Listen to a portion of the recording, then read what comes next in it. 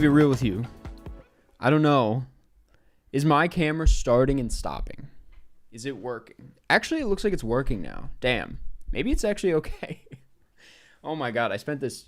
Bring the mic up. Bring the mic up. Are we good? Are we good? music is low.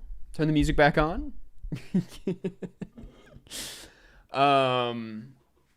Okay. I spent this whole time, that entire waiting time. Usually when like the loading screen's going on, I grab a drink. I double check that the outfit's okay. I make sure all the settings are okay. And this time I was legitimately like trying to fix things before I went live. And I guess it's fine now. I know, it really is Diet Flying Lotus, isn't it?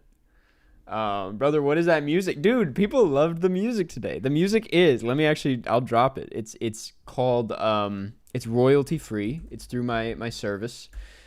Dead Ringer by Slow Ya Roll. Dropped it in the chat. It's a good song. It's a good track for royalty free, isn't it? I'm like, you don't got to be doing this. You could make it to the big leagues with this song.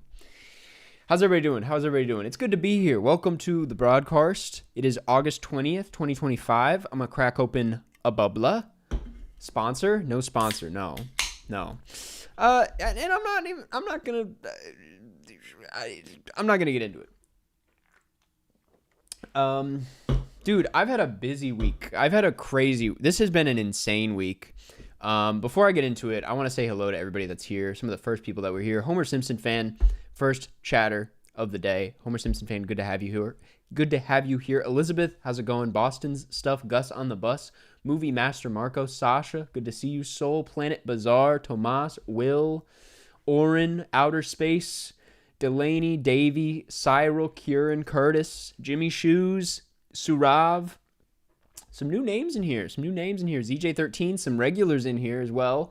Yahia, LSK Film, good to have you here. Lime, Johannes. It's good to have you guys here. Good to be here. Man, oh, Jesus. How's the week been? The week has been crazy, bro. Dude, I thought I had ants. I thought I had an ant problem in this office yesterday. And to be honest, I still kind of have an ant problem. Which is why it's like a little bit brighter, because I needed to open the blinds a bit. But straight up thought I had an ant problem. Yesterday was working, bunch of tiny baby ants on the desk. I was like, that's unusual. I tracked them down. I saw where they're coming from. They're coming out of the window. I immediately go to Home Depot. I don't know what caused it. To be honest, it may have been, I don't know what it is. I actually don't know what it is. You guys know I like my apples. Sometimes it's like I'll have an apple and I'll be in the thick of work and I'll just put the apple down for a second. But it's like, it's only there for maybe like 30 minutes tops before I'm like, I'll go put it in the trash. But maybe like some apple like was left on the desk and that caused it. I'm a pretty clean guy though, to be fair. Like, let me make that clear. I'm a pretty clean guy. That's what I'm saying. There's juice that might drip on the table. So I don't know what it was, but also we live in, like, I've realized, kind of a buggy area. I realize LA just has more bugs, and we're not in a ridiculously urban setting. Like, there is a lot of trees and whatnot around us. So I was kind of like, you know, I wasn't surprised. It's better than roaches.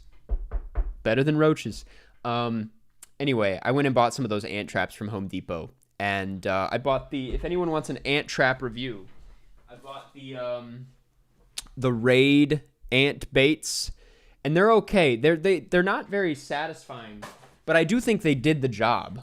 It's been less than 24 hours, and I put out a shit ton of them yesterday, and I've seen like 2 ants today, which is actually unusual. I thought it was going to take like a week, and I was like trying to figure out a different place to stream from, because I was like, I'm not trying to stream with all the ants. But it seems we're okay. We might just be fine. So if you have ants, get the bait. Go to Home Depot and get the bait. It's going to be okay. Buy your own ant traps and form your own opinions. Exactly. Ants for the next broadcast. I thought about it.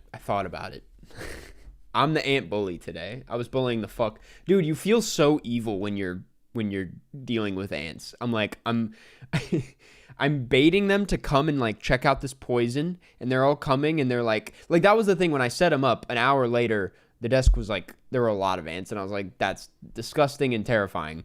But it's like you lure them in, they have their poison, and then they go into their colony, and then they all just die. And I was like, this feels insane. Like I'm killing a whole community, but I have to do that. You're so big in comparison too. I know, it's funny, like they were all just like hanging out, and I was just kind of like sitting here like watching with my arms crossed, like full dad mode. And I was just like, do they know I'm just this big, I'm a big beast? And they're gonna die in like a couple hours tops. Riveting content, Mr. Runquist. I'm giving you this is what the Broadkarst is all about. It's shit that it's shit that's going on in my life that I need to get off my chest. And there's a lot of it, to be fair, but I actually hold back. Be grateful for that. But it's been a good week. It's been a busy week. As you know, I've had 2 new videos drop on the main channel. One of which was the Mission Impossible ranked video. The other one was another ranked video, another chunky ranked video on all the best picture winners of the 21st century. One of them is the best performing video of the month so far. The other is the worst performing video of the month. People do not care about Mission Impossible, apparently. That is fine. But yeah, those were 2 big videos back to back, and I am in need of like a bit of a break, to be honest with you. We will not be assigning Ant-Man to watch. Absolutely not. I got like bad history with Ant-Man, and I've talked about that, in the past, but bro had to get that Mission Impossible thumbnail out of his system. Dude, I was a little bummed because, yeah, some of you caught it. I made one thumbnail for the Mission Impossible video that I was quite proud of, that I thought was really fun and kind of playful, and it's like my face, and Tom Cruise is like, coming out of my nose, and he's like coming out of my ears and my eye, and he's like hanging onto my hoodie, and it was super fun. But it was a great thumbnail, I will admit. But I changed it because I was like, you can't even really tell who's on my body right now, and that was a problem. I needed to make it I needed to get views, man. I needed to bring people in, and that was not bringing people in. Haven't watched any of the Mission Impossible movies. That's crazy, man. I think you should do it. I think everyone should watch at least like 2 of those movies. Like, you should probably watch the original, and then you should definitely watch Fallout. And if you're not vibing with it by then, maybe tap out. But if you are kind of intrigued, then go to Ghost Protocol, go to Rogue Nation. I still watch the video, Karsten. Thank you. It's also just, it's just not the most relevant thing. I know that like Final Reckoning just came out, but it's like, those movies aren't like, they don't, because there's not a ton of like depth. Why am I so fucking bright right now, dude? Jesus. People don't like talk about them for that long, I've realized. I was too late to the topic for sure. I came up with the idea when I saw Final Reckoning, which means that it took me a while to actually get around to making it. What are the CDs in the background? These are my criterions. Yeah, I set them up for the best picture video because I decided to show my face, which, by the way, this is like one of 500 things that have pissed me off in the comment section in the last month, but I decided to show my face in a rare face video. I don't do it very often. And someone was like, stop cutting to your boxy Republican face. And that's gonna stick with me till the day I die, to be honest. That comment cut deep, and it will stay with me for a very long time. So I hope that person's happy. So yeah, but I will be doing more face videos because I don't mind it. Damn. Yeah, that's basically what I said. I was just in bed, saw that, and I was like, all right, great, awesome. God damn. Dude, he cooked my ass.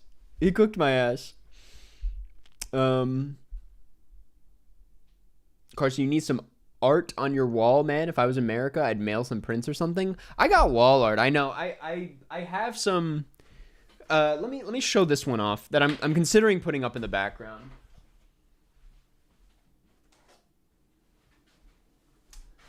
I have this John Waters New York Film Festival poster, which is like one of my favorite things I own.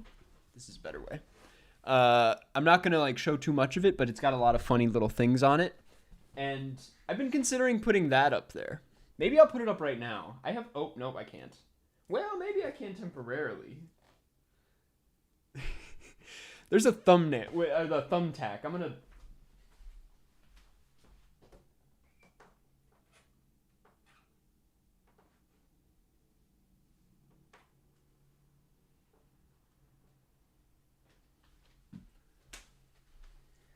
Temporarily, it will be there. I will figure out a better placement eventually, but how are we feeling about that? That's tough.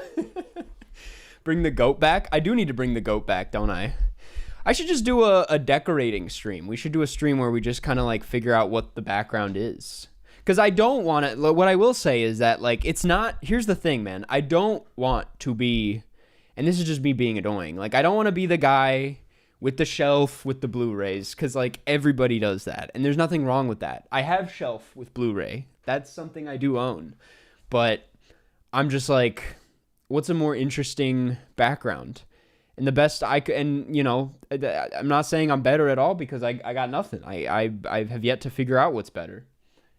And ultimately I ended up putting my Blu-rays in the back, but all stacked up. Show us your criterions. I'm not going to go through all of them individually, but I'll like hold them up.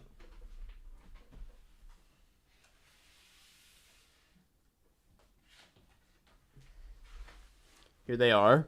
They're probably going to fall.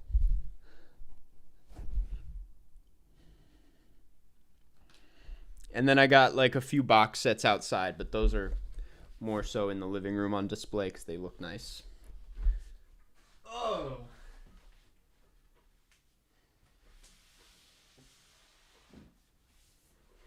The fact that I did that and didn't drop them is pretty insane, to be honest.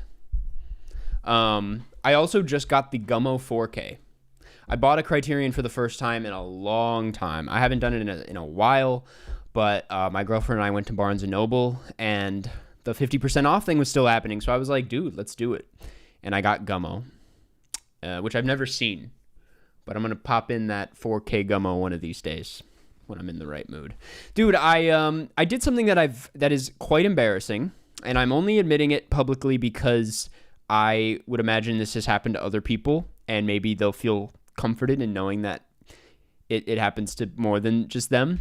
But I put on a movie last night. I put on this new movie called Caught by the Tides that I've been hearing a lot of good things about, that I was really excited about. And I was really, I read the synopsis, and which was about a woman who, her like boyfriend moves to a new town, and then she goes and visits him after not hearing from him in a while, or at least that's kind of like what it was pitched as. And I put it on and was really enjoying it. Thought it was great, but it was definitely not really what that synopsis was. It was kind of an experimental vibe, and I paused it because I was like, I feel like this isn't what I like it, but this seems like it's about, there's more going on here.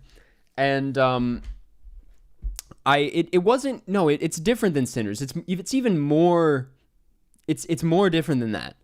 I like did a little bit more research into the film because I was like, there's something that I'm like not picking up on here, and which is like, you should never do that. You should never pause the film. But I was like, I'm curious, and only to realize that a lot of that film is comprised of the filmmaker's like past work, and it's like intentionally like kind of splicing together basically like shit that didn't make the cut in his older work.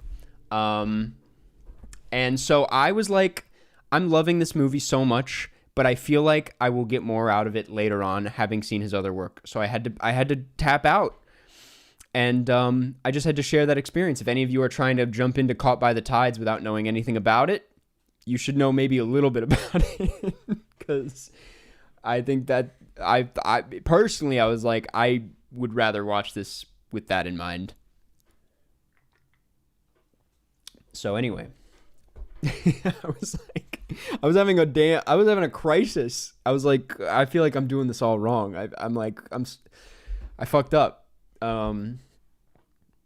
I've seen 3 Harmony Korean currently. Each are amazing. Which 3? That's very important. Through the Lens. Welcome to Cinema Watcher. Dude, is that our first member? Dude, I don't think anyone is... I've never seen this notification before. I've never seen... We've had the member option for so long. No one's done it. Through the Lens, thank you to Cinema Watcher. Let's go, man. That looks great. Look at how good that looks. Oh my god, I've literally just been like so. I don't even like really. I wanted to see what it looks like, and it looks great. So thank you for becoming a member of the membership, dude. Become a member. Be like Through the Lens. Look at how cool they look. It's a great way to support the channel. Oh, that's very sweet of you, Through the Lens. Thank you so much. That makes me so happy to hear, honestly. Thank you. That's so great. Oh, man, I was kind of like, damn, why even do the membership thing? This is why. Okay, yeah. So anyway, if anyone's new here, I kind of went on a tear right out the gates with this one, but this is the Broadkarst. The way it goes, we have a few things on the docket today. Today we're talking about All the President's Men. The way this broadcast works, is it's like a weekly film club, public film club, where we pick a movie kind of as a group every week. We all watch it. We come back. We'll talk about it. That's kind of what it is. It's like a podcast, a movie club thing. If you want to get more involved, we do have a Discord in the link in the description. But this week's movie, All the President's Men. You never know what we're going to pick on the Broadkarst. So we'll get into that. We're probably going to play some Cine 2 Nerdle, I'll be honest with you. I didn't have a better activity planned besides Cine 2 Nerdle. I kind of was like, let's just do a chatting thing today. Let's just get the shit out there. There's a lot to talk about. Beyond All the President's Men. I did want to bring up highest to lowest. I haven't seen anyone bring it up in chat, but I could have just missed them because I haven't been looking at chat enough. But I did want to just bring up highest to lowest. I saw it at Cannes. I have not rewatched it, but it is out. And similar to the chat here, not enough people in general are talking about it. It just kind of came out to nothing. And that is, and the thing is, I don't blame anyone. Well, that's not true. I blame a few people. One of which is Apple, the person, who is like, I feel like really fumbled the bag. I know that A24 is technically distributing it, and they are also to blame. I feel like it's been a very underwhelming rollout, but I don't know. I just feel like the way all companies involved have handled this has been, frankly, a little underwhelming, because I'm like, it's a new Spike Lee, Denzel movie remaking Kurosawa, and it's pretty good. Having seen it, I thought it was pretty good. I was like, I know that this isn't going to hit it out of the park for like everybody, but I know that like it will work for a lot of people, myself included. So I don't really get it, to be honest. I think it's, now I'm also like, we're in like a movie desert right now.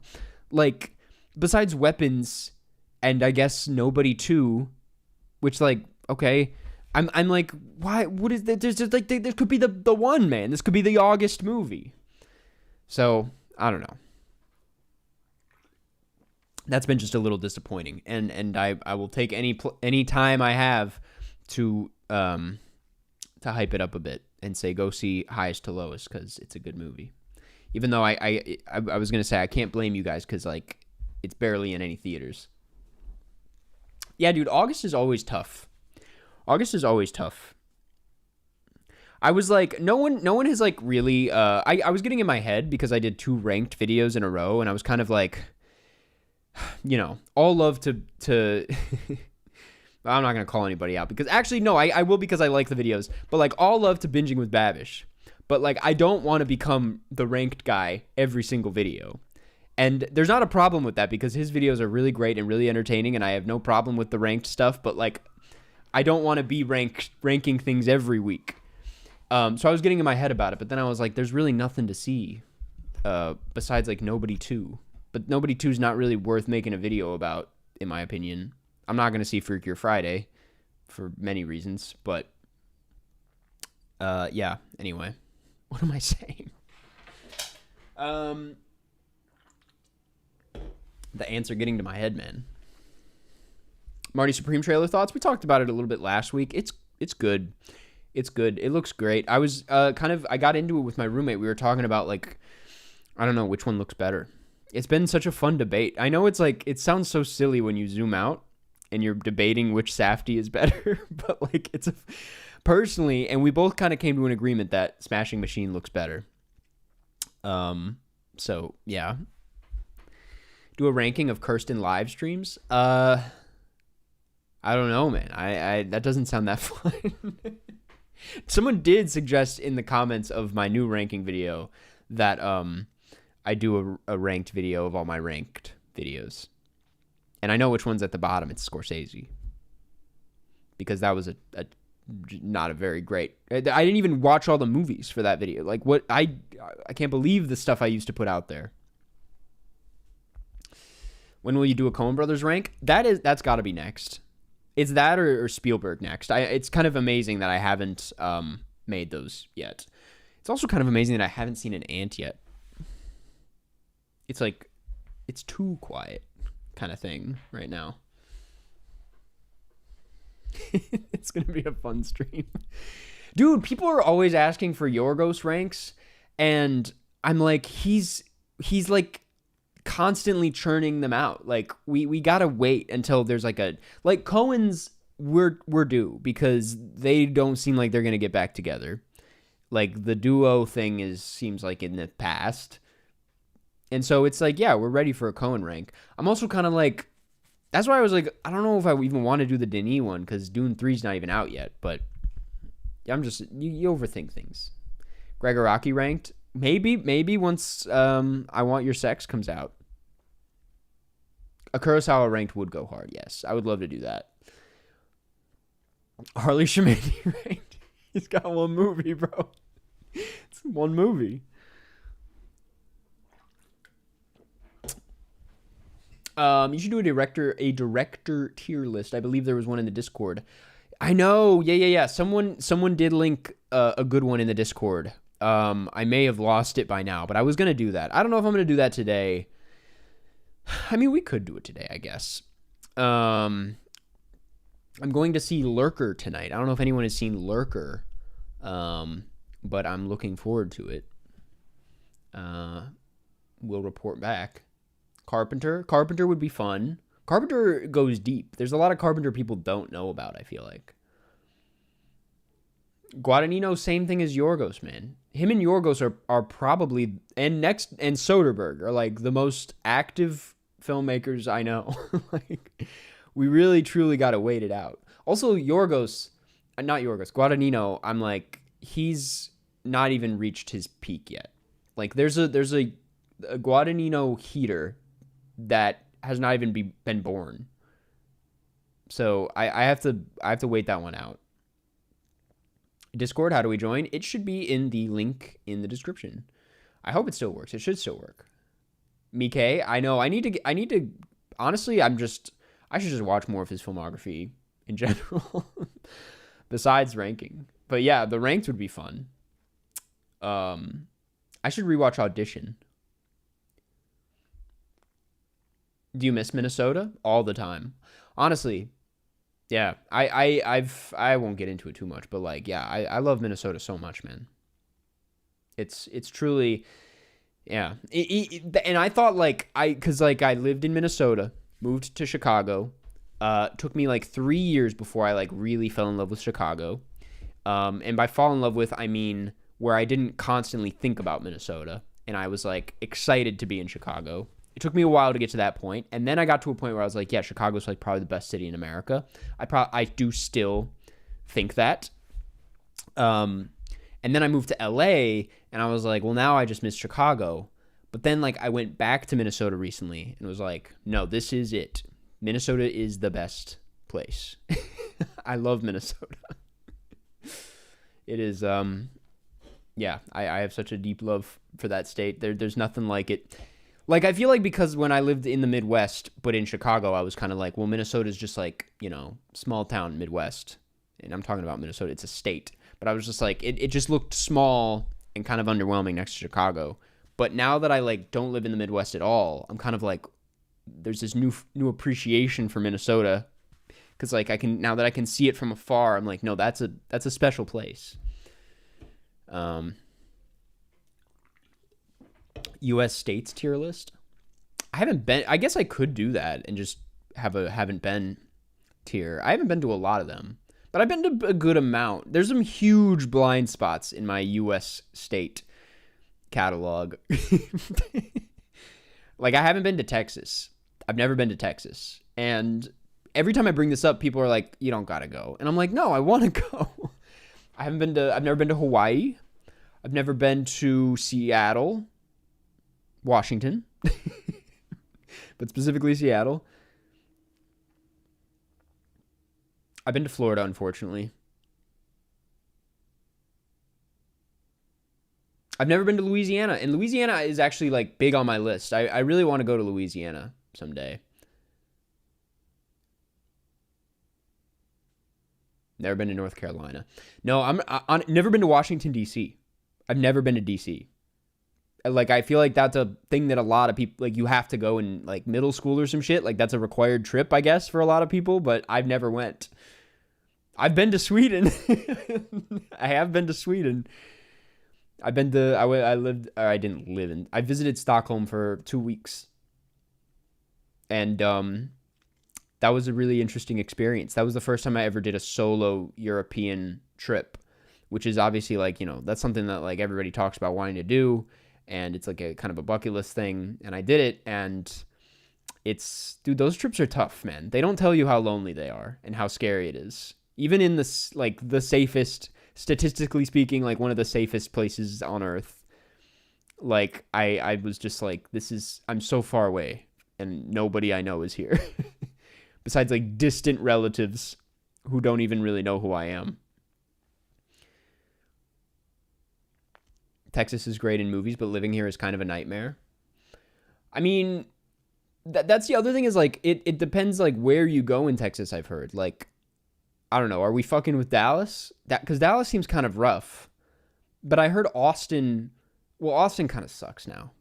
Based on what I've heard. I haven't been. But, like, I've heard it's, like, it ain't weird no more.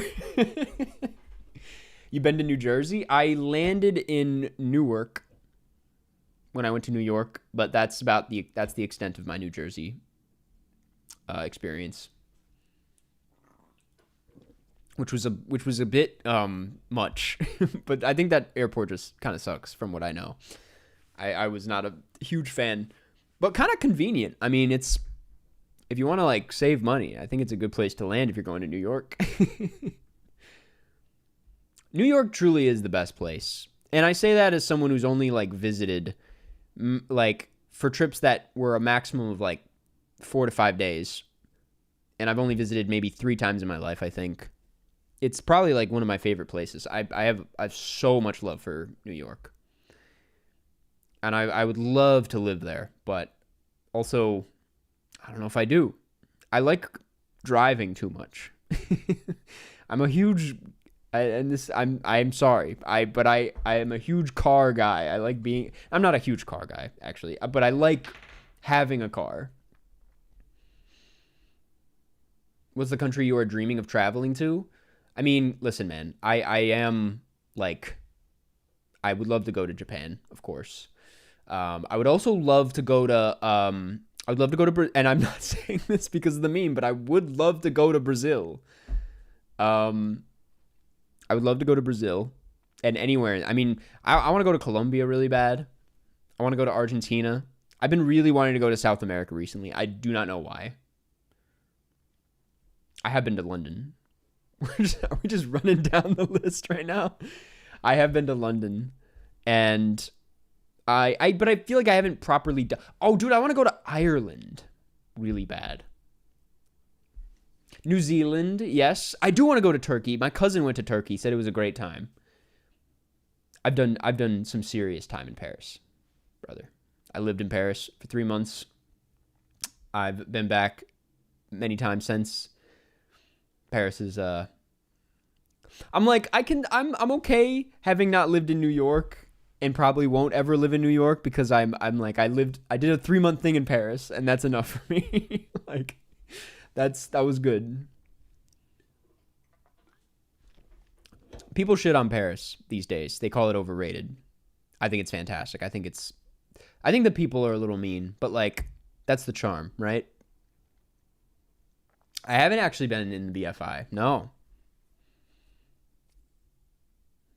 I'd go to Egypt. Sorry to people who think Paris is overrated. I'm simply built different. Dude, I'd even take it a step further. The Eiffel Tower goes hard. Like, the touristy shit in Paris is good. And I know I've ventured beyond, obviously, but like the touristy shit there is pretty good. It's a good time going up in the Eiffel Tower. When I went last time I went, we landed and you just have to like stay awake the whole day. And my girlfriend was like, we should go to the top of the Eiffel Tower today. And I'm like, I'm like 10% awake right now. But they pushed me and we did it. And I was like, damn, Eiffel Tower does go hard. It's crazy when you're that high up. Paris, but it's just the Paris and playtime. Dude, playtime is so... When you go to like... Dude, forget about Paris. Well, actually, Paris kind of too. But like, it's crazy how in Chicago, when you land at the airport, whatever that town is next to O'Hare, I forget what it's called, Rosemont. It's just playtime, dude. It's like airport towns are just, it's like it's like so, I feel like I'm in playtime. It's crazy. Just these giant buildings with nothing. It's like they might as well be empty. I'm like, what's in there? And then one Hooters. I've never been to Hooters, I should note. We did not hike the stairs. I was way too tired. I've hiked the stairs at Sacre Coeur many times, though.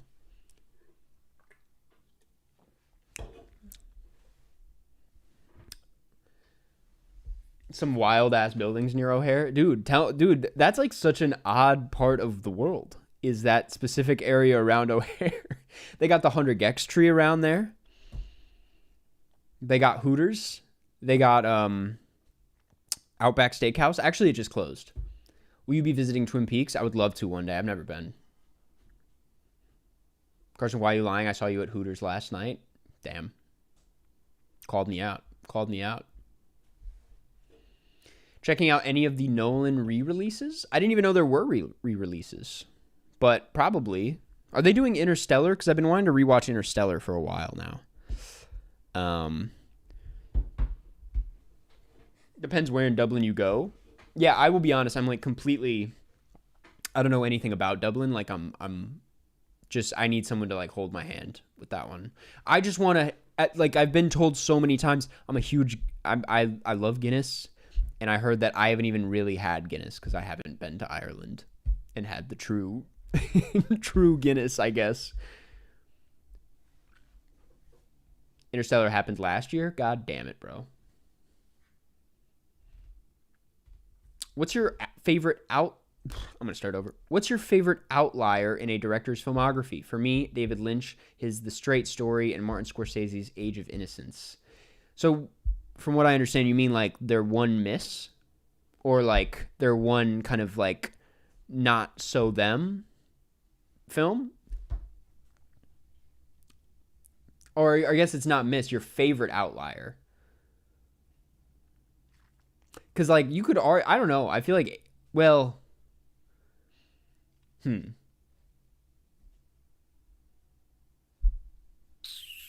I really like what, off the top of my dome, I like what Denis was doing in Maelstrom. He was getting real quirky with it, and I wish he like pursued that later on in his career, but clearly he was not interested in that route. But that's certainly an outlier though. Who else? Dude, I don't know. Insomnia. It's Insomnia. That feels like a little bit of a Christopher Nolan outlier, but also not. It's still pretty Christopher Nolan. That's a good movie though. Maelstrom is an insane way to start off a career. Dude, truly. Well, I mean, The Straight Story like is my answer. Yeah, that's definitely my answer. But like, who else?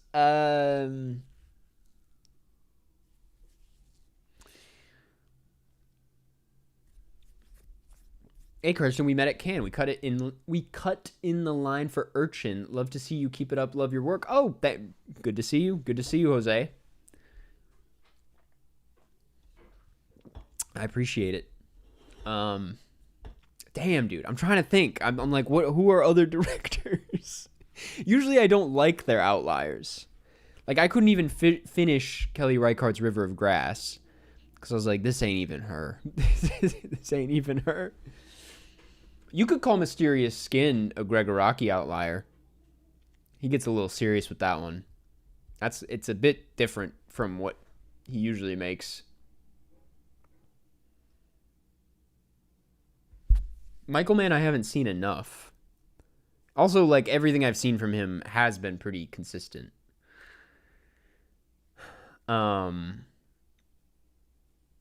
Randomly got into Alexander Payne. What's like an essential? I've seen Nebraska Sideways and Holdovers. Election is the big one you're missing, I feel like. I mean, I think I've seen all those plus Election, but I don't think I've actually seen any other Payne. I haven't seen The Descendants yet. Or what's the one? Downsizing? I'm going into Downsizing with an open mind. Maybe Downsizing could be next week's movie. No one's gonna want that. But like, I'm trying to check out Downsizing one of these days and go in with an honest to God open mind. Please no. Please no.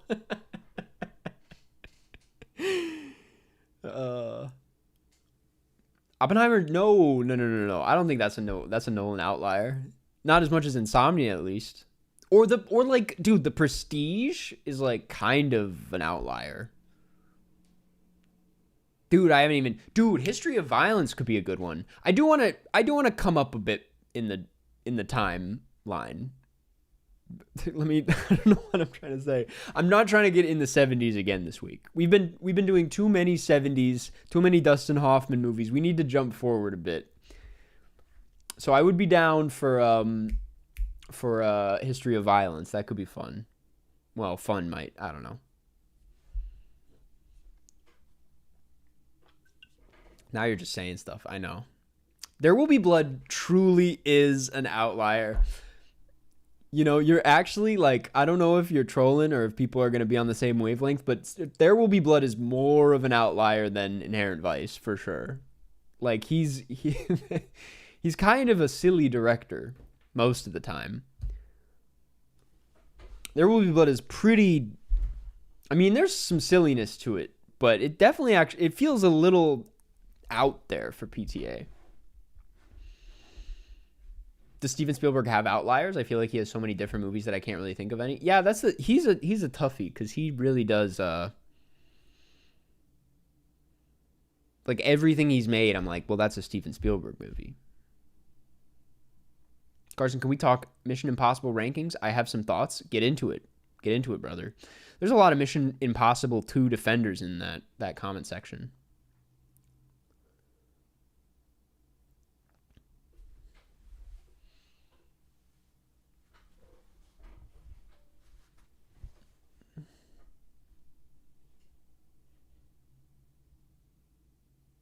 Scorsese's After Hours. Yeah, he would probably say that too.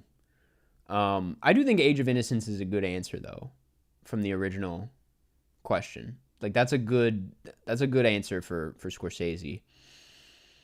After Hours, like once I started seeing it as like a film with a lot of deeply Catholic themes and like a fear of I don't know, breaking your faith, if that makes sense. I was like, oh, this is a very Scorsese movie. He doesn't even realize it. But that kind of is a stretch, to be fair. It's not the kind of movie he usually makes. You're right. Are you familiar with Ken Loach? Yes, sir. I haven't seen enough Ken Loach. I've only seen it starts with the word sorry. Sorry we missed you. I think.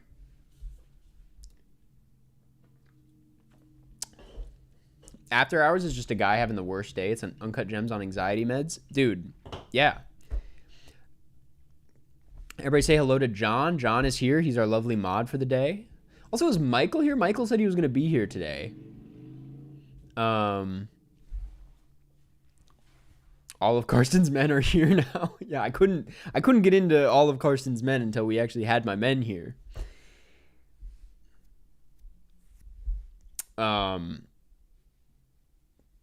What was I going to say? Oh, I was going to say, I'm really glad that, like, After Hours has caught on. I feel like when I did my Scorsese rank back in 2019, whenever that was, like, to hype up After Hours, I even went on a podcast, like, 2 years later, where they were like, we want you to, like, talk about your favorite Scorsese movie. And I was like, well, I'm going to say After Hours. I don't know if it is my true favorite, but I was like, I want to talk about it because I think it's one of his best.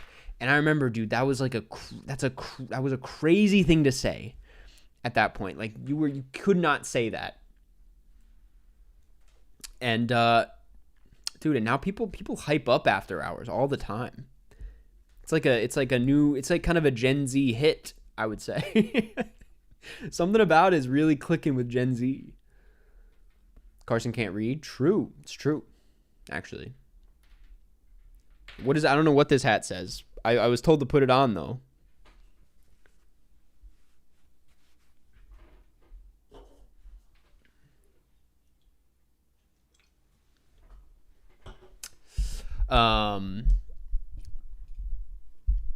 Did you watch the Ballad of a Small Player trailer? Dude, again, man, I'm not like a trailer guy, but this has been a year of exceptions. Like, that trailer got me good. I was like, that looks amazing. That looks really good. It's easily the best looking burger movie I've seen. Dude, yeah, it's a damn shame it's Netflix. I'm like, this shit should be like on the biggest screen possible and for a while. Like, this should be a big ass theater movie, and here we are, Netflix original. No way it tops Conclave. It just might, based on the trailer. I mean, maybe not, but I haven't read the book. I've heard some people be like a little hesitant about it because they've read the book and they're like, I don't know.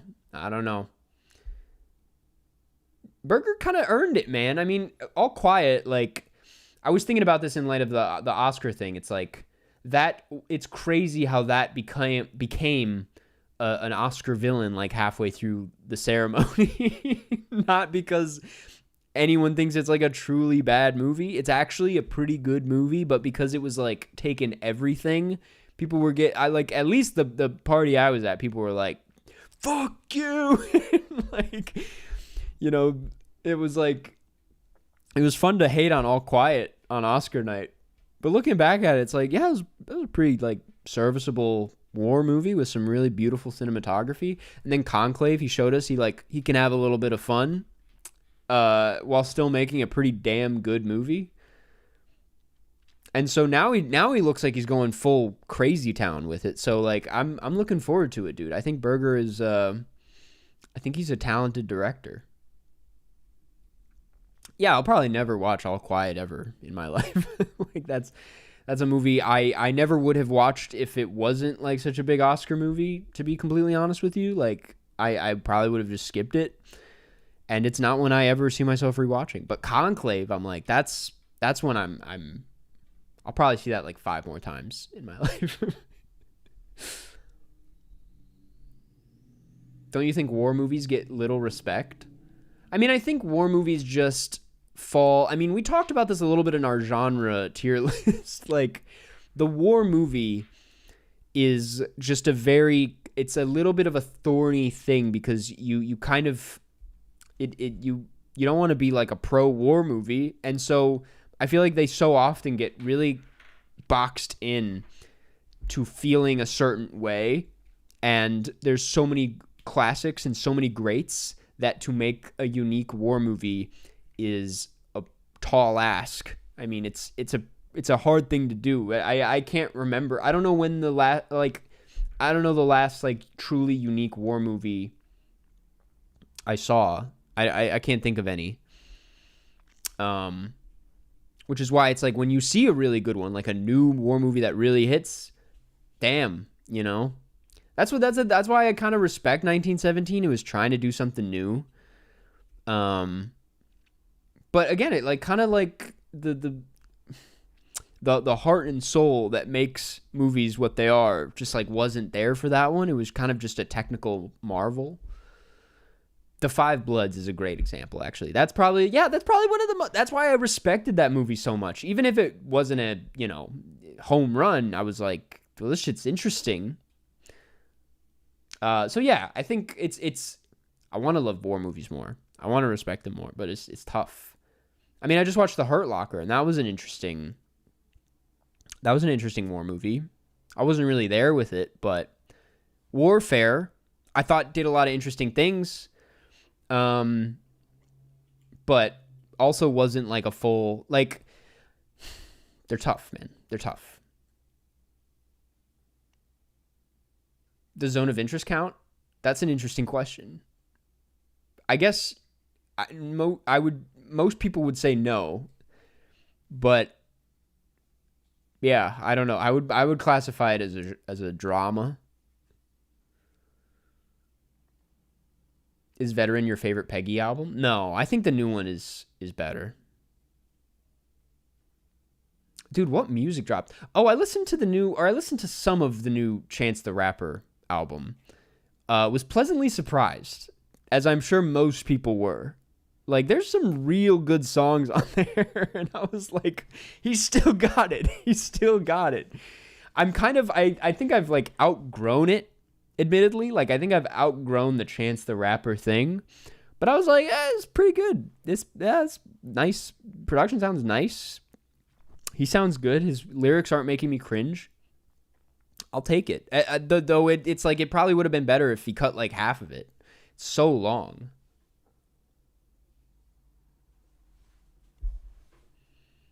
I was not aware that he got a divorce and that he cheated on his wife. That's an insane development that I was just completely unaware of. That's a crazy update to the Chance era.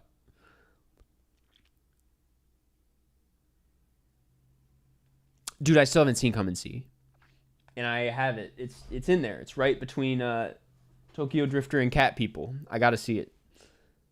I thought he loved his wife, dude. That's what we all thought. Apparently not.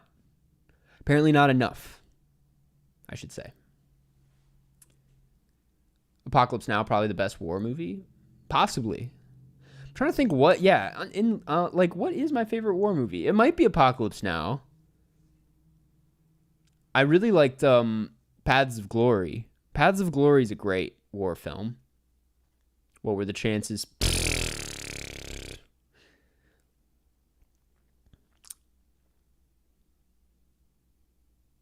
Yeah, Paths of Glory is up there. Doctor Strangelove. The answer here, by the way. I'm seeing him. How bad is it? How many are there? Was The Bubbler a bad idea? New Dijon? I haven't listened to it yet. My roommate said he doesn't really like it, but I'm going to give it a chance. I kind of vibed with the new Justin Bieber. Again, could have cut like half of it, but what else have I been listening to? Wait, let me just give you a music update. What else has been in the... Actually, maybe there's not that much to say. Yeah, never mind. Never mind. I got nothing. Did you hear the new Beethoven yet? No, dude. We talked about the new clips before, yeah. I like Don't Tap the Glass. Sugar on My Tongue is the best one, which, it's like the big one, but I saw it live. He did. That's what made me like love it way more. Is he headlined Lala, and I saw him perform some of it, and I was like, okay, this is a great album. Do we fuck with Grimes is a loaded question. That's a really complicated question. She's made some of like my favorite songs ever, and is a one of a kind artist, and is also one of the most annoying people who's ever done it. Loaded question.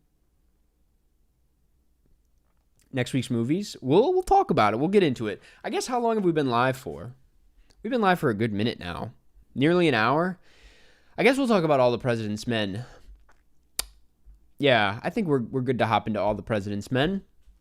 Yeah, this week, if you're just tuning in to the weekly Broadkarst, the weekly movie club, we're talking about All the President's Men, 1976 film, directed by Alan J. Pakula, starring Dustin Hoffman and Robert Redford, as well as Jason Roberts, who I have to highlight.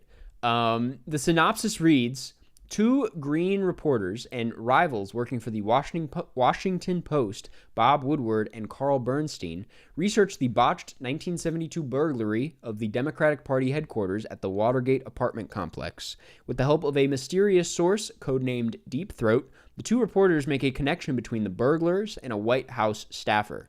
Despite dire warnings about their safety, the duo follows the money all the way to the top. It is based on a book, if I'm not mistaken. The 1974 nonfiction book written by the characters in the movie, Carl Bernstein and Bob Woodward. It has a lot of... it was nominated for multiple Oscars. Did it win anything? I don't remember. It did. It won so many things. Jason Roberts did win Best Supporting Actor. We will get to him in a second. He is honestly the highlight of this movie for a lot of reasons. It did win Best Screenplay based on material from another medium, is what they used to call it.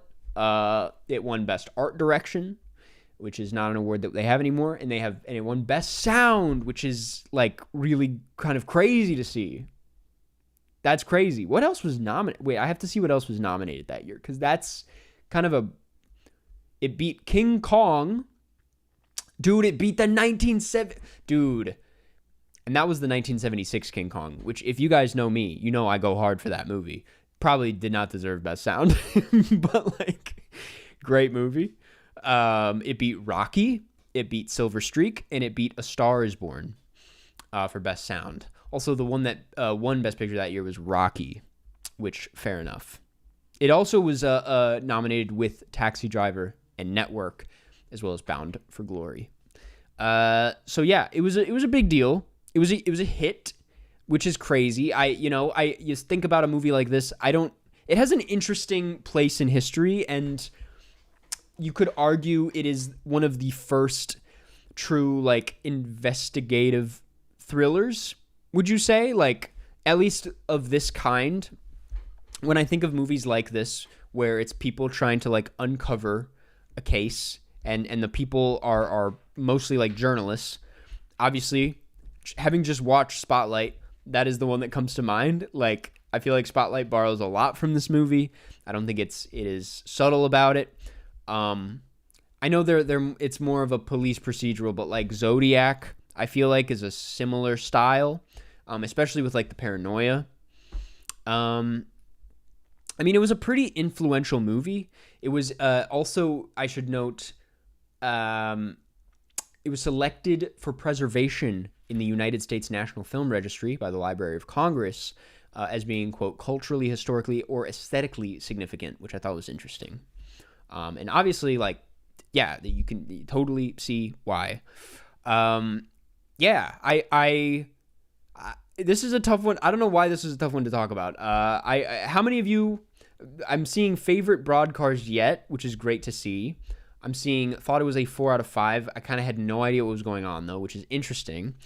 Did you like it, though? I thought it was great. There's some things that I find a little challenging about it, but ultimately very Very interesting. This is a very cold movie. I didn't get that. Why is my fucking Siri going off, bro? Sorry. Jesus, I hate Apple sometimes. It's a tough movie. It's a really kind of suffocating and cold and upsetting watch, but you cannot deny how riveting it is. I mean, this is it you know, it became so influential and became kind of the blueprint for a reason.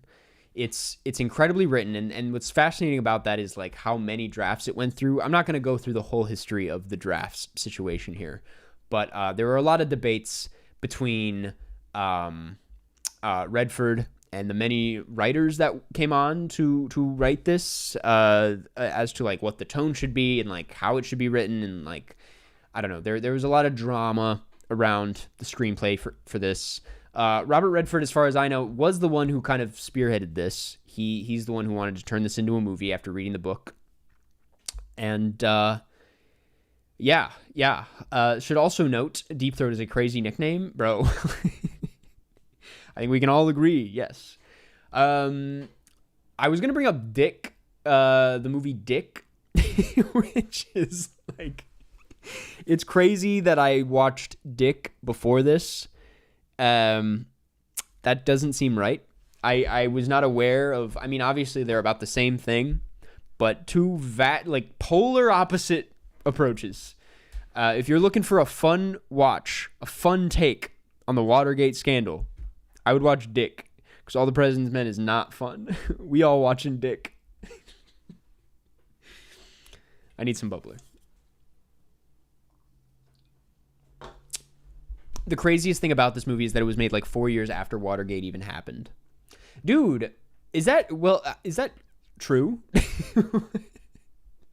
Is it literally just 4 years? Because, yeah, this film came out in 1976. I mean, that's crazy. Like, to put it into perspective, it's like, think about, that is like, I mean, it's literally like if someone made a similar, like, drama. I'm trying to think of, the closest, it is completely different, but, like, the closest, like, major historical thing I can think of is, like, January 6th.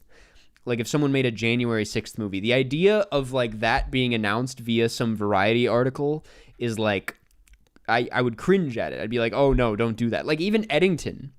I mean, Eddington's a good example. Yeah, it's kind of like Eddington coming out 5 years after COVID. It's like, people were like, oh, are you sure? Do you want to touch this? And it's like, I don't know. Sorkin is making a January 6th movie. Of course. Why have I not heard about this? That's crazy. Like this is always such an interesting thing in movies, is like big historically significant things like this always feel so untouchable and very like fragile. Like you can get them so wrong.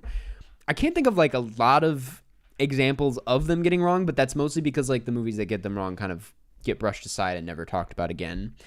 Like, would Bombshell count? Bombshell wasn't even that bad, but it was kind of like, that's an example of like, it just kind of came and went. Like a lot of these movies, a lot of like historical dramas are kind of like, well, what's the point? And I think All the President's Men definitely makes its point clear and proves how much more fascinating this was than like you even realize. Like the degree to which it was like covered up and how meticulously planned all of this was is pretty insane. And that is to me like one of the obviously most fascinating parts about it. It's one of the most riveting parts. It's like there is like, it is a very cold movie and feels very cut and dry at times, almost too cut and dry, but it really makes up for it in just how much of a whirlpool it feels like, you know? I mean, I was just talking about Spotlight in the same way on the video today, and it's like, that's why I love these movies, man. And they get dismissed as just kind of like, especially Spotlight, like people treat them like Law and Order episodes, which is like fair, but it's like when you get it right, and it can like turn the journalism into something cinematic. I think that's really I think it's really neat. I haven't even seen Dark Waters.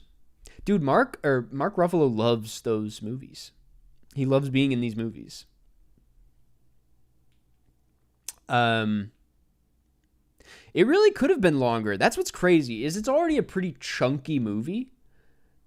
I didn't realize it was a true story till the credits. Come on, man. Don't tell me that.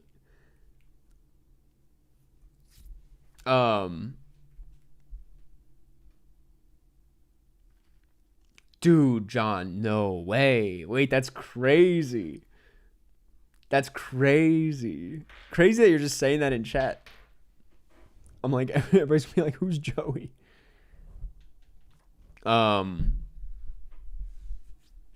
Yeah. I also, not to repeat myself with Spotlight, but like this more so than Spotlight feels, I love how, yes, it could have been 10 to 20 minutes longer. I agree. But, I would say like it could have been longer, like in the thick of it. I wouldn't want it to extend any further past where it ends. I think the film starts and ends in such a intentional place. Like, I love how it just caps off with the writing and like the publication. I mean, that's like it's really, it feels like it's about, you know, what happens in between pieces of journalism. Does that make sense? And like what the uncovering process looks like. And it doesn't just, I mean, it takes it a step above Spotlight in a number of ways, and one of which, probably the most significant one, is the paranoia, which feels really left out of Spotlight, when it really should be in there. Like, that's, I thought there was something really like scary and dark about, you know, the pushback in Spotlight that really wasn't shown enough, but here is done like so well. I mean, it's I would classify this as like a thriller for sure. But it's never like over the top with it. I mean, all the stuff, it's so like subtle about when it chooses to tap into that like kind of psychological world, like everything with Deep Throat. And like the one shot where a car drives off in the distance in the parking garage and then he looks back and Deep Throat's gone. It's like, that's a simple idea. I've seen it many times, but the fact that this film only uses it like once and very quietly is just so, it's fantastic, dude. I love it.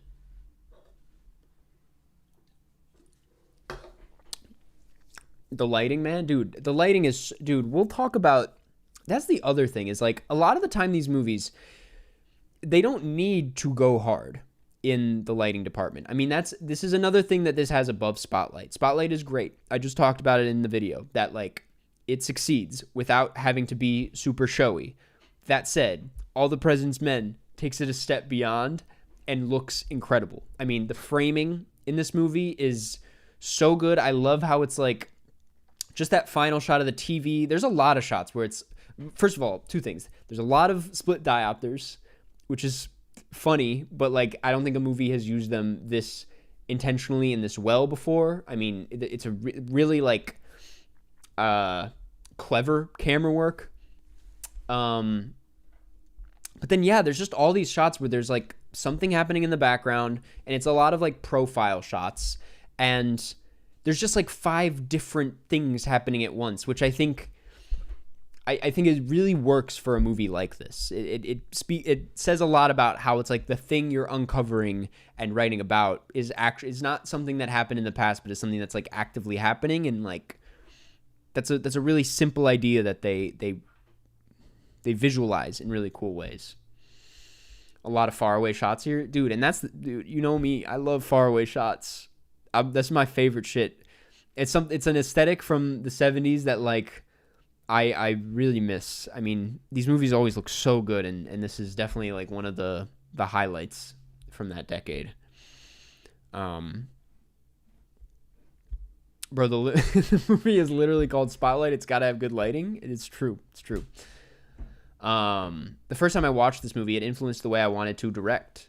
I'm curious what you mean by that, but I kind of agree. I'm like, it's a really good movie from a director's standpoint in just how restrained it is and how much it does without being obnoxious about it, I guess.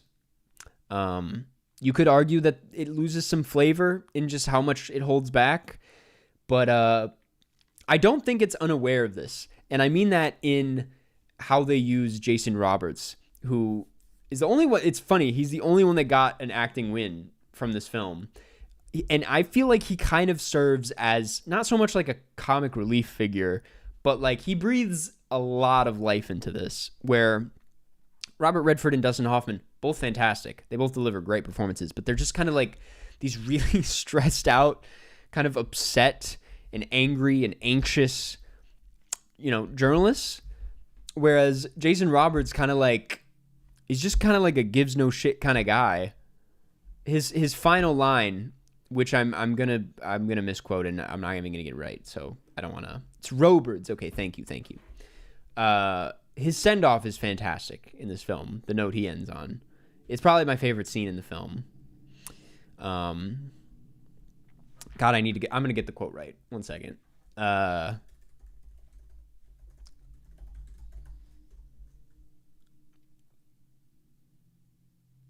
not gonna find it.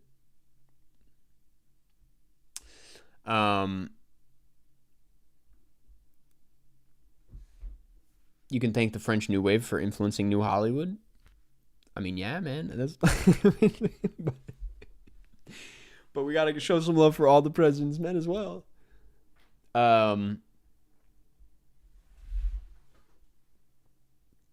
Yeah.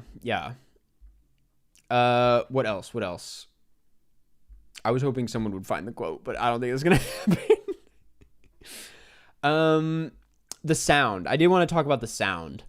Like, this movie has a lot of it's really similar to The Camera. Like, it's really not in your face about its technical elements, because that's really not what it's here to do, and that's not what it's trying to do. But they use them in ways that's like kind of under your nose, and you don't realize how much it was affecting the experience until after the fact. Literally, with the way the final shot is like this insanely loud typewriter clicks that feel they sound like gunshots. I mean, I'm pretty sure that was intentional. The way they use them at the very top of the film, it literally sounds like gunshots. And it's like this really loud, kind of annoying sequence that then just like cuts to silence with the credits, and you're just like, wow, the sound in this movie is actually insane. The way the music comes in, there's not a ton of music, but when it does come in, it's really haunting and scary. I mean, it really, they captured the paranoia so well. The directing question. I love how this movie aspires to be one of the least dramatized movies I have seen yet. Making your audience tense is so much harder, but so much more authentic without music. Exactly. That's what I'm saying. Like, it's so carefully directed. I think over-directing is such a thing, especially now. Like, with the increasing number of, and I bring this up because I kind of thought about it when talking about Argo, like the increasing number of actors turned directors, and this trend of like, conceptual horror movies, kind of like high concept things being a bit of a trend, and like what marks a very successful film. I feel like people try to over-direct to be showier about direction and camera work to compensate for a lack of like substance, and people mistake it for something a lot better and more impressively directed than it actually is, when in reality it's just kind of like just showy and sparkly for the sake of, I'm like, all you did was fucking like steal something from Climax, basically. And a lot of these movies are great, but I'm like, something like this is so refreshing and a reminder that like this kind of perfect review of Weapons. I mean, I didn't want to say it. Weapons is great because the screenplay is really fun, and the movie itself goes beyond just some of its showy. Dude, we are not going down this rabbit hole. But it's a great movie beyond its very showy direction. I think it like complements the screenplay really well. What I'm trying to say is like there is such thing as over directing, and something like this that's a lot more restrained, that kind of trusts the performances and trusts itself, is way more confident than something that's, you know, flipping the camera around and spinning things and I don't know. Does that make sense? It's a really interesting concept these days. I think it's something I really actually appreciated about Eddington, is it felt like he strips things back a bit compared to what he was doing in, say, like Midsommar, or certainly like Beau's Afraid. It's like there is something really... You sound insane. There's something really simple about the direction because he trusts what's on screen so much. And I don't know. To me, that's the kind of stuff that really excites me. And All the President's Men is like a fantastic example.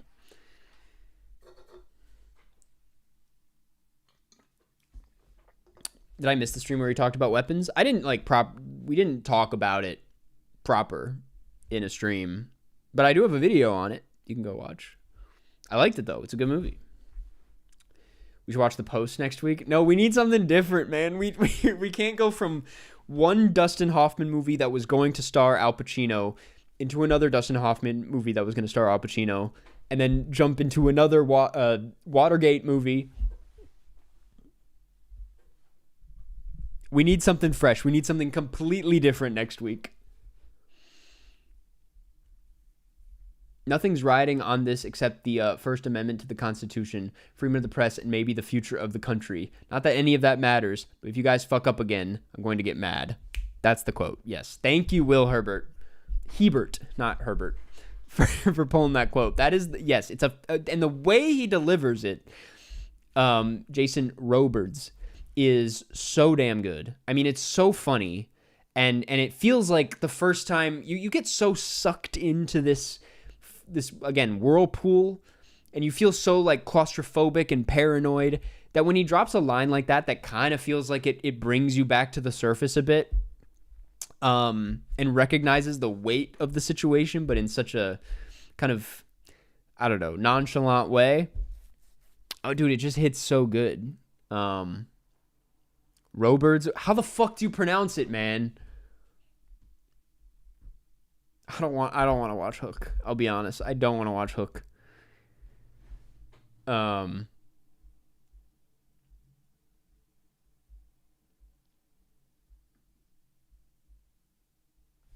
What else? I mean, I think I'm nearing the wrap up for this. I didn't really talk about the director, Alan J. Pakula. I've only seen one of his other films, and it was Klute, which I also really liked, and is also very kind of, I don't know, musty and paranoid. It's a fantastic thriller, though I will say it's a little too... That was a 70s movie that was a little too slow for its own good. Not my favorite. But like does have a very thick, again, like paranoid style that I really like. But I definitely got to check out more of his work. I think All the President's Men, this kind of this story, this kind of subject matter suits his directing style really well, if you can't tell. Check out Parallax View. It's Klute meet All the President's Men. I will check it out. That's a good idea. Sanshiro Suguda for next week. You said that was Kurosawa's first movie? That could be interesting. What's stopping it from being a 5 out of 5? I think, like I said, it is just a little too... I think Jason, however the fuck you pronounce his last name, adds so much to this, and I wish there was like a little bit more of that. I think it was missing a bit of a personality that would, I think, I don't know, bring me in a bit more. It is an overwhelmingly cold movie that, you know, I don't put it past you I for saying it's like you kind of get lost every now and then. It's like it is a very claustrophobic movie to watch. You feel kind of like you're just being slammed with information and new discoveries nonstop, and it's riveting for that reason. But Robards. Okay, there we go. I guess that's just what holds it back. I mean, also a 5 out of 5. It's like you can't really. There doesn't need to be like a specific reason some of the time. It's just not that kind of movie for me. But like, I really loved it, and I'm glad, dude. I've been wanting to watch it for a very long time. I mean, since last summer when I did my President's video, Jimmy Carter said at one point that this was his favorite movie, which is crazy, by the way. But then he like also said more often, I think, that Gone with the Wind was his favorite film, and so I ended up going with that instead. But it would have been a really great movie for that video. But anyway, I've just been like putting it off, and I'm glad I got around to it, man. Dude, I want to see Linda. I think it's showing near me soon, so I might go see it. Ice Cube's War of the Worlds next week. Dude, I there was a night last week where I like had it booted up, and I was like, dude, I'm gonna watch it. I'm going in. I am gonna watch it at some point in my life. I'm not gonna skip that one. I have to see it. But I was gonna watch it, and then my girlfriend FaceTimed me, and I was like, yeah, that was probably for the best. I got out of there before it was too late.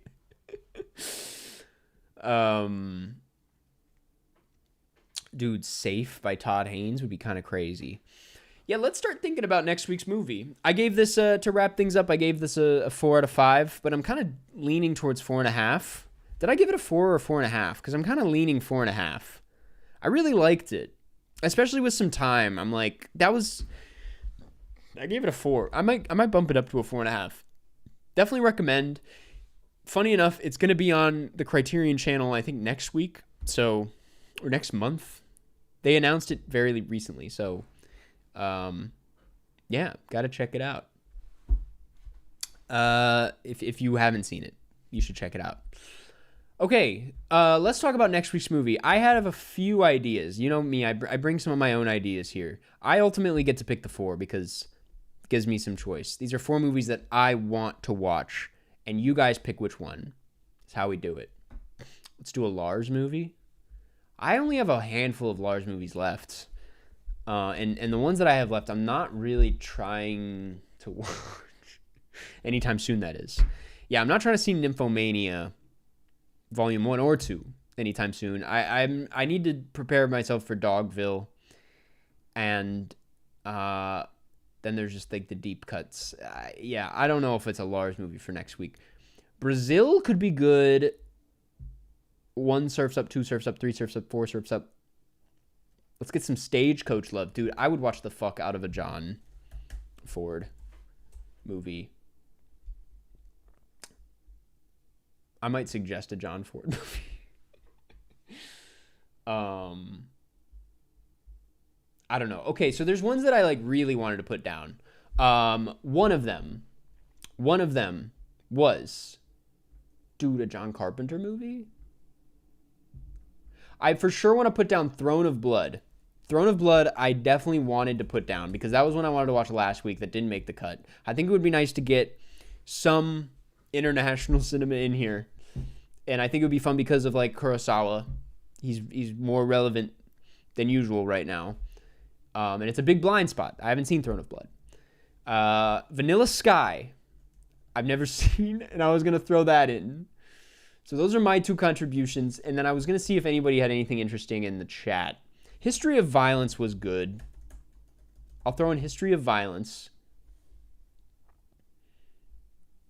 And then maybe like a new movie, like something that like came out pretty recently. I'll wait.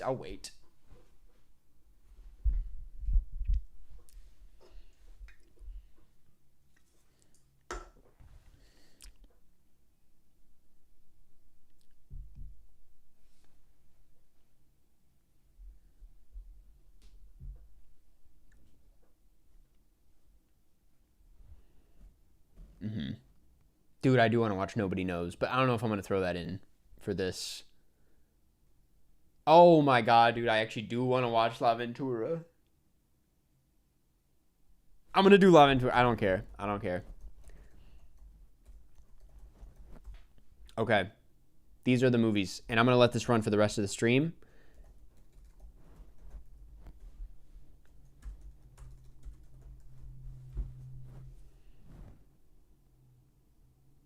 I know I said new movie. And then I picked L'Avventura, but we're going to run with it anyway. All right. One of those will be picked for next week. We will see which one it will be. Okay. That does it for All the President's Men, though. Great film. Great film. Highly recommend. Let's get into some games, man. Let's do some games. Why not? Any ants? Ant check. There's one.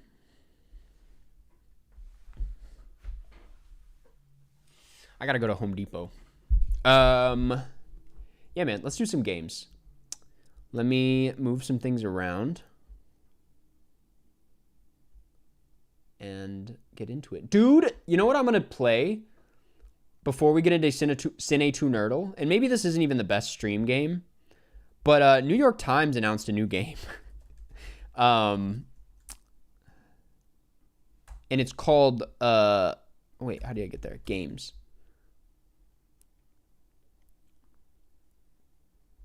Come on, bro. Log in.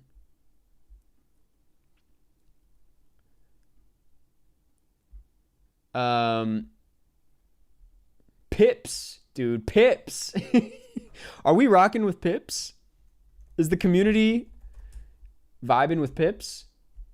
I fucking love Pips, dude. It's like we needed this. Enough of this word bullshit, dude. We need Pips.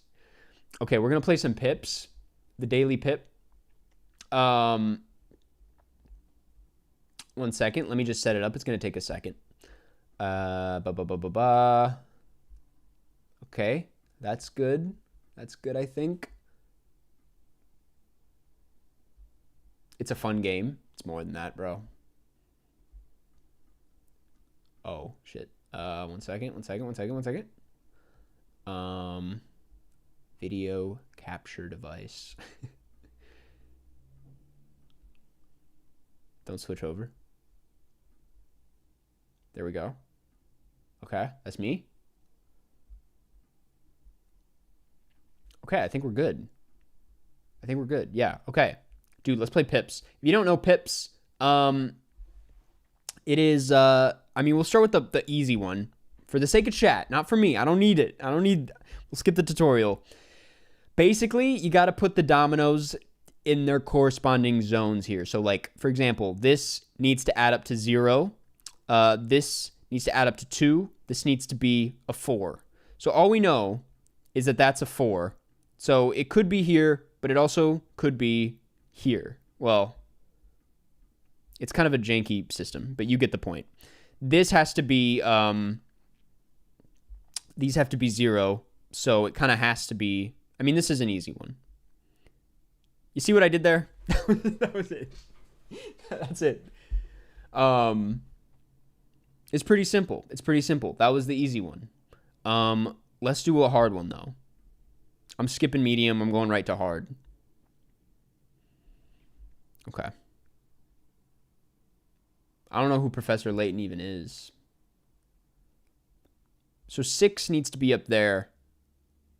These all need to be equal. 1, 2, 3, 4. 4 need to be equal. Is there anything we have 4 of? We have 4 6s. We also have 4 5s.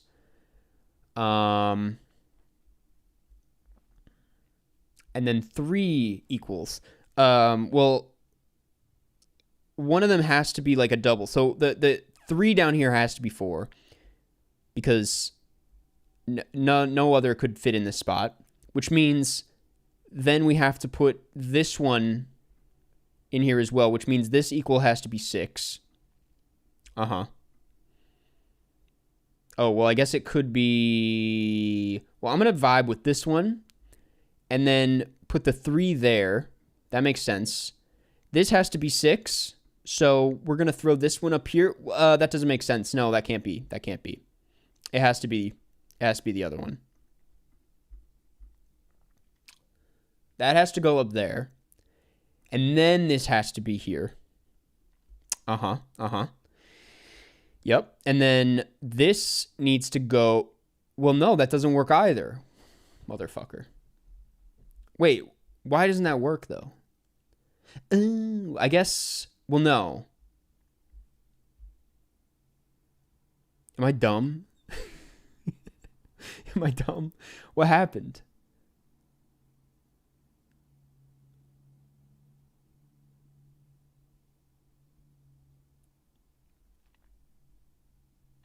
Dude, I was so good. Okay, wait.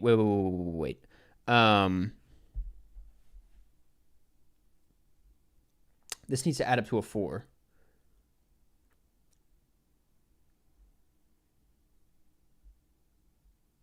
I guess you're right. I shouldn't be looking at chat. But like the green shade, it doesn't need to be...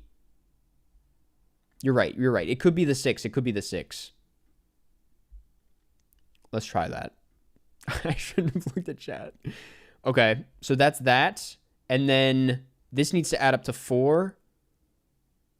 And it's going to share something here. So, okay, well, all I know is I'll put this here. And then we'll make this 4. And then, no, it can't be 4. Because it needs to be, it's 5. It's 5. And then this can go here. Yeah. Yep, well, 1 second. This can go here. Take that out. Replace it. Just like that. These need to be equal. It's going to be 4. That's it. That took too long. We took too long. I understood Tenet more than I understand this. I'm shocked that we didn't lose all the viewers. That's crazy. Well, that's pips, man. That's the daily pips. I guess I'll do... we'll see how fast we can do the medium. I'm talking as if... Okay. So this needs to be 2. I mean... Wait, does it need to add up to 2? Yes. That needs to be 2. These need to be equal. Now... Yeah. This has to be this way, right? It has to be that way. These need to be equal. Do we have 4 equals? It's the 4 6s. I'm going to just guess it's like this. And then it has... Yes, yeah. Oh, I'm golden here. Get there. Dude. Brilliant. Okay, well, that's pips. Awesome. What the fuck is happening? If you don't know what's happening, I don't know what to tell you. You're on your own. You gotta learn pips. Okay, let's play some Cine 2 Nerdle. We'll do the puzzles, obviously, because we're in a puzzle mood. We'll start with the original. Starting film school next week, and I'm really excited and really scared right now. Withered, you're gonna do great. You need to show up to class and be like, does anyone else watch Karsten Runquist? And whoever says yes, just stay away from them. and you'll be great. I don't know why that shit was highlighted. Is a romantic, wears a mask, is a conductor. Steve Martin takes an experimental drug. Cate Blanchett stars and directs. Is a fighter, lives in New York, wears a prosthetic nose, lives in Berlin. Bradley Cooper is a cheater, is a firefighter. Dev Patel is a writer. Wears a prosthetic nose. He does cheat. Well, maybe it's not that. A conductor. Yep. Is a fighter. Steve Martin stars and directs. Put it in there. Okay. Maestro. Dev Patel. Wait, lives in Berlin.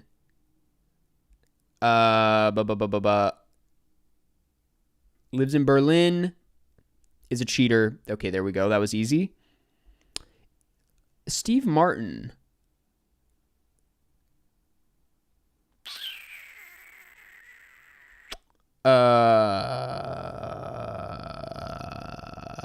Takes an experimental drug. Stars and directs.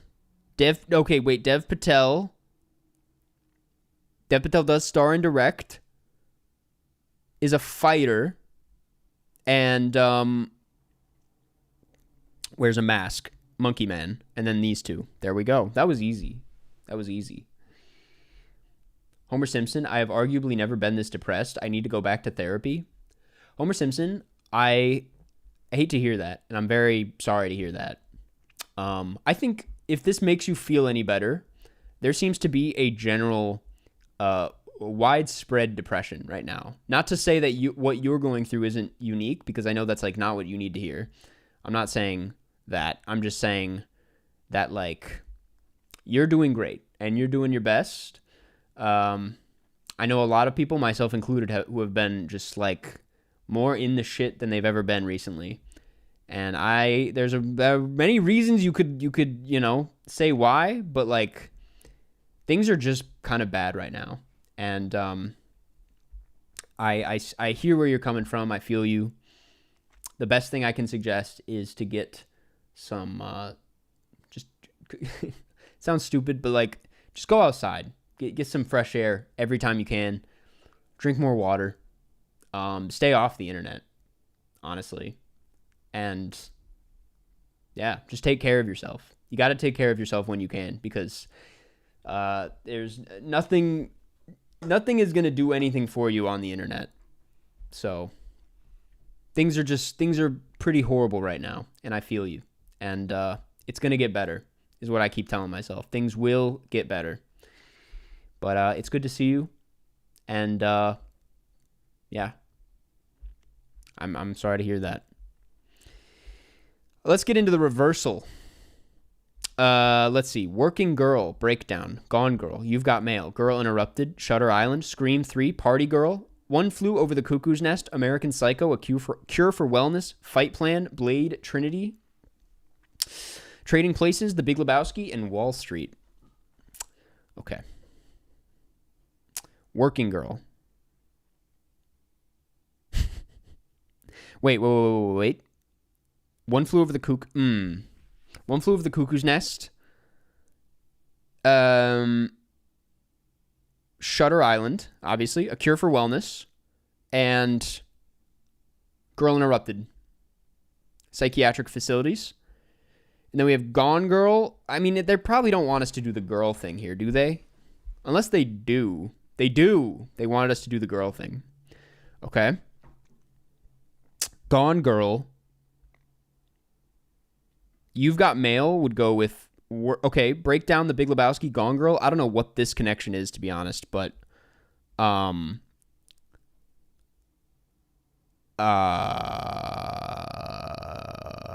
What? What is this connection?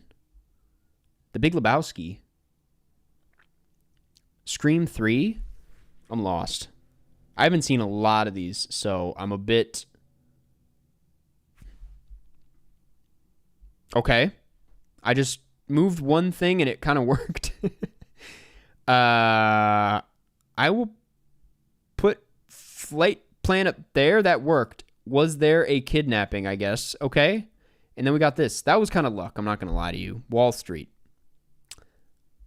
And then Parker Posey. I thought Parker Posey would be in... Okay, that makes sense. That makes sense. Cool.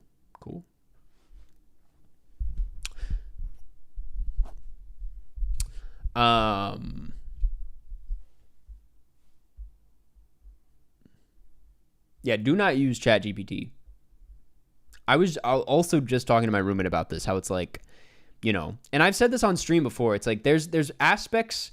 There's times where I'm like, well, maybe I will try to use this tool that they are trying so hard to make a thing. And then it doesn't work. It never fucking... Shit's just broken. It's like we're actively making things worse, man. But that only means that through that, things will get better is what I keep telling myself. Like, has to be a trial and error situation, and we will find a way through this. I hope. We're going to do battles with the Finding Nemo win condition.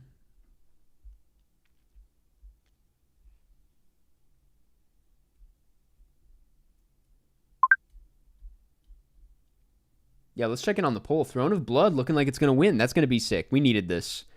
We needed this bad. What's the go to the movies win condition? Superman 2. Gene Hackman, Christopher Reeves, Ned Beatty. Gene Hackman. Let's get into Royal. They need sci-fi horror. I'll throw us all the way into Royal Tenenbaums. Cast a wider net.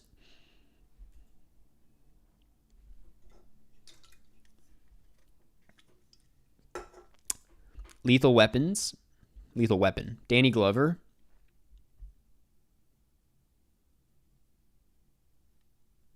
I'll be honest, I haven't seen Lethal Weapon. Is that who I think it is?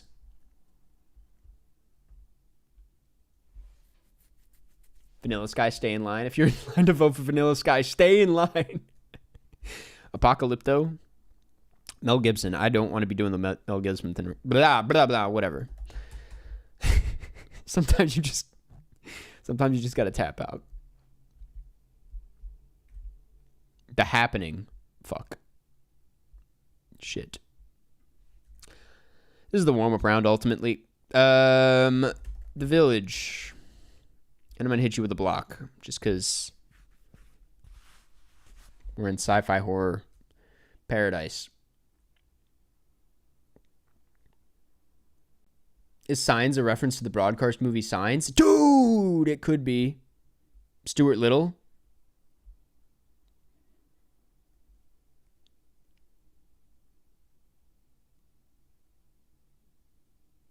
I can't believe he was a writer on this.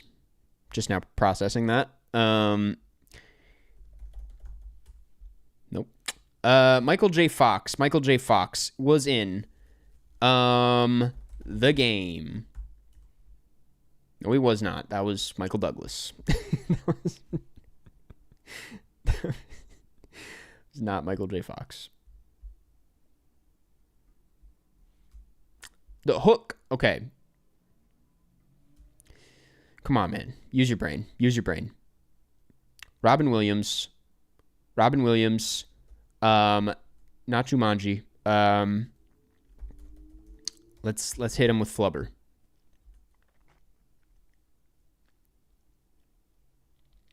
I had no idea. Dude, I'm getting my... I guess. Whatever.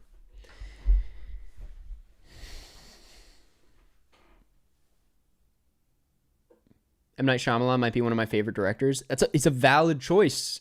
He's a good director. Jamie Lee Curtis, deep cut, coming in. This might not be a great deep cut. What's a deeper cut for Jamie Lee? I can't think of anything. I just... yeah, we'll do The Last Showgirl.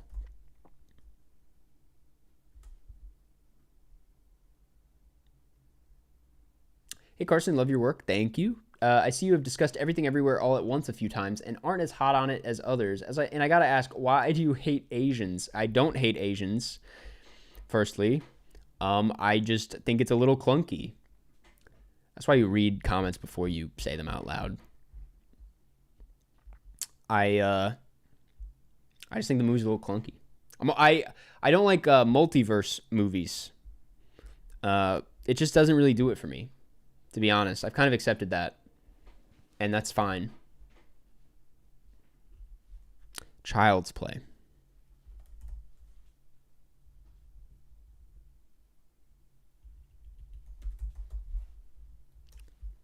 Come on, bro.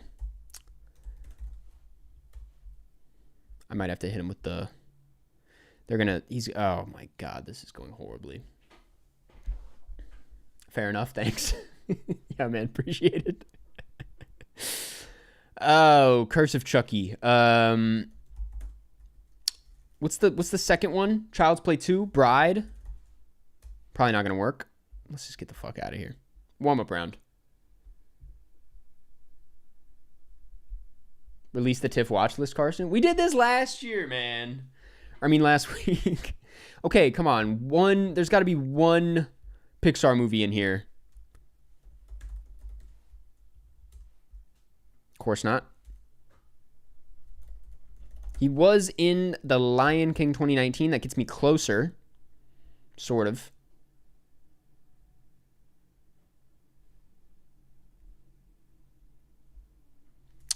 Billy Eichner's Bros. Ben Stiller is in this. Bowen Yang. Maybe someone is in Elemental? No. Maybe someone's in Soul? No. Maybe someone's in Elio?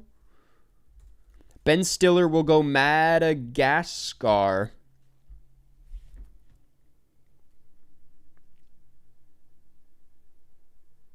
Gets me a little bit closer. We're in the animated film world now.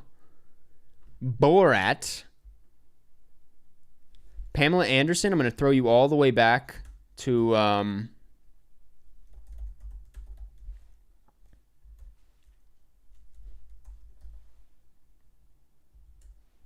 Nope. Was she not in Baywatch? I thought she was like... Yeah, there we go.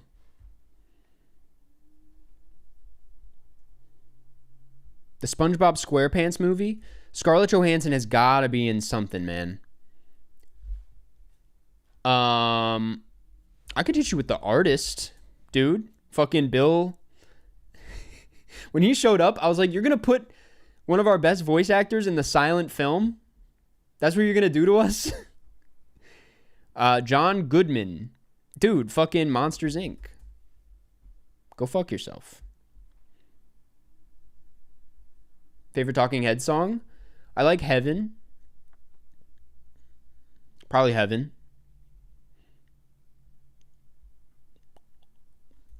Or, what's the one? This has got to be the place or something like that? Flintstones.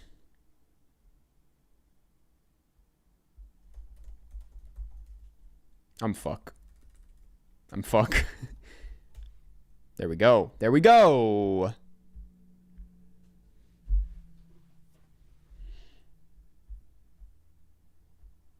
Underwater with Kristen Stewart. They need one more, dude. It's not good for me. Block just in case.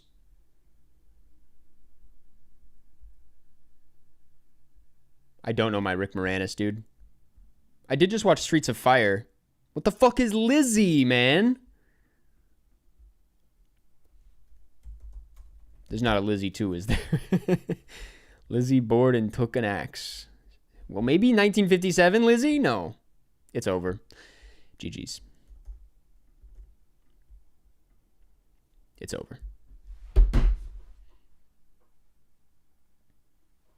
Throne of Blood is not a lock yet, man. Vanilla Sky is dangerously close. Let's look at the go to the movies win condition that someone was talking about. Is it a key item or no?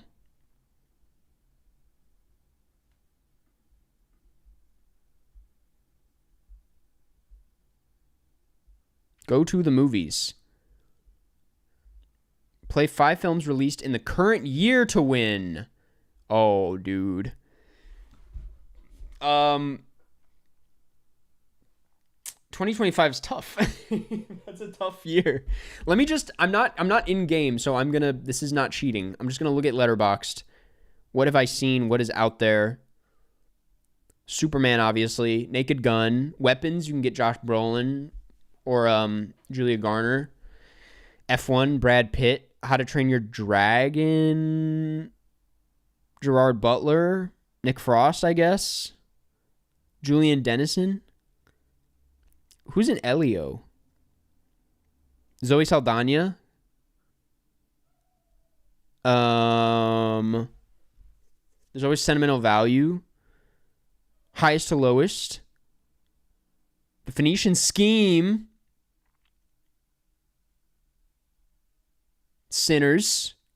The Amateur. Thunderbolts. Mission Impossible. Eddington. Huge cast in Eddington. The Minecraft movie, obviously. Warfare. Black Bag. We'll be fine. Mickey 17. Opus. Let's get in there. Let's take off. Materialists. 28 years later.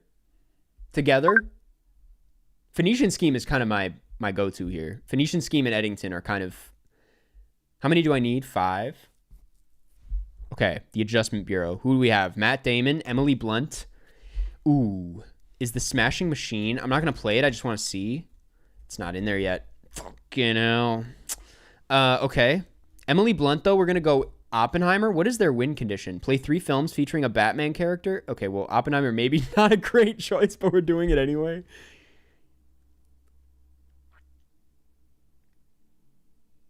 You're banned from using... How the fuck do you do it then? That's crazy. Okay, following. We're going to do the Christopher Nolan thing. It's fair enough. We're going to play Insomnia. The Dark Knight. Yep. I knew we were going to do this. But that's okay. Think. Go to the movies. Christian Bale.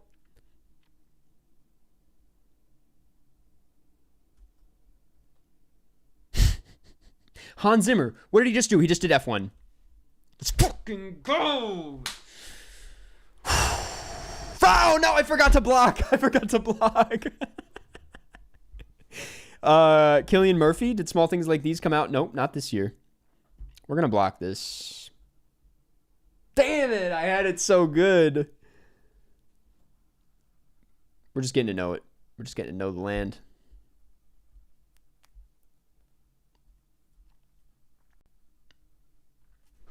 Camera moved all the way over there. Punch Drunk Love. Did Spaceman come out this year? No. But Happy Gilmore 2 did. But I don't think I can. Yes, I can. Get fucked. Get blocked.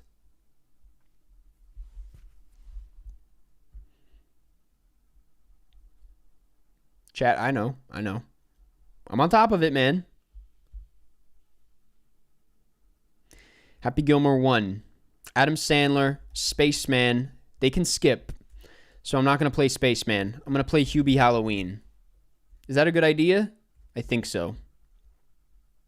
Damn it, man. Ben Stiller. Shit. The Tutor. No Schnapp. What the fuck? What the hell? This guy's a real Cine 2 Nerdle player. Oh, Jesus, man. Victoria Justice. There's got to be a Victoria. I party with Victorious, dude. I don't know.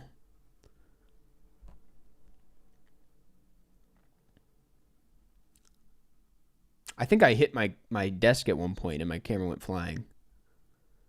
I party with Victorious. iCarly, I go to Japan.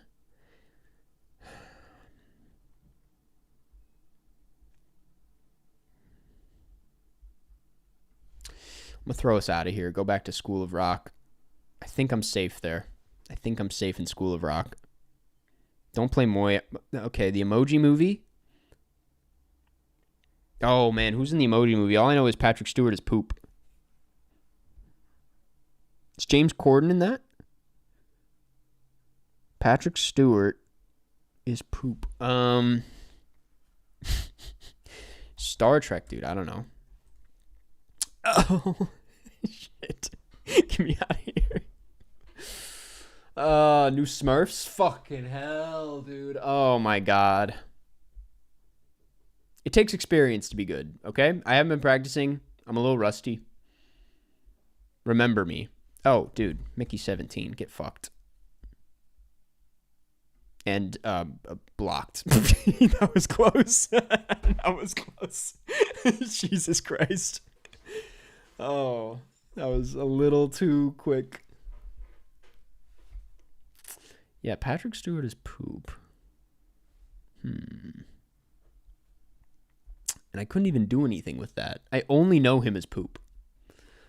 The Avengers. Oh, you're making so many mistakes, man. You're making so many mistakes because we got Eleanor the Great. God damn it, it's not on here yet. Okay, well, we got Materialists. Fucking hell. Okay. We got Dark Waters. Why would I play Dark Waters?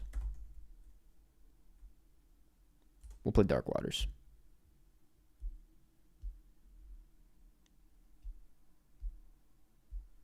You say you're rusty every week? Well, I don't play it until I hop on this live stream. So I should probably just practice more. There was a period of time where... Hold on. Jake Gyllenhaal, Mark Ruffalo. This is such a stacked cast. David Fincher. We'll just hit him with Mank. Yes. Well. Oh, that was Fincher. Wait, no. Never mind. I was like, I could get to weapons because the kid was in Mank.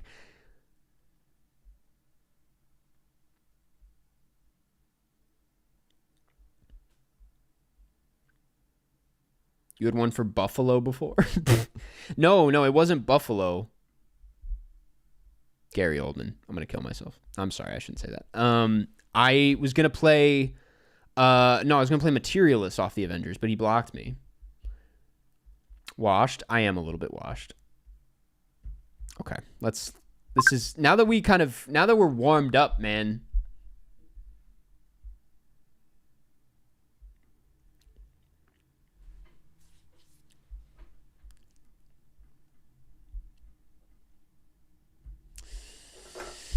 Happy Gilmore 2. They took it away from me. Motherfucker. Okay, Ben Stiller. Or Benny Safdie.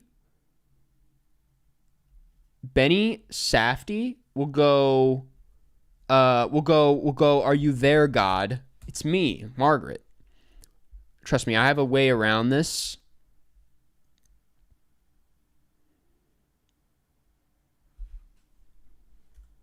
Mean Girls. Okay. Yep. I was going to play Freakier Friday, but you got me. You got me there. Mean Girls.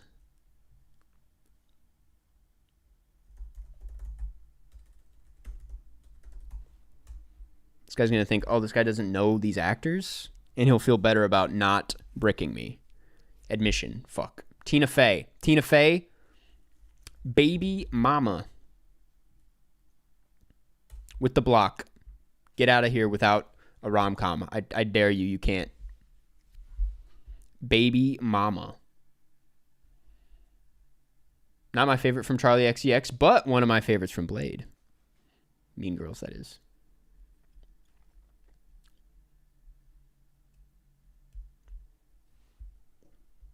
Finding Dory.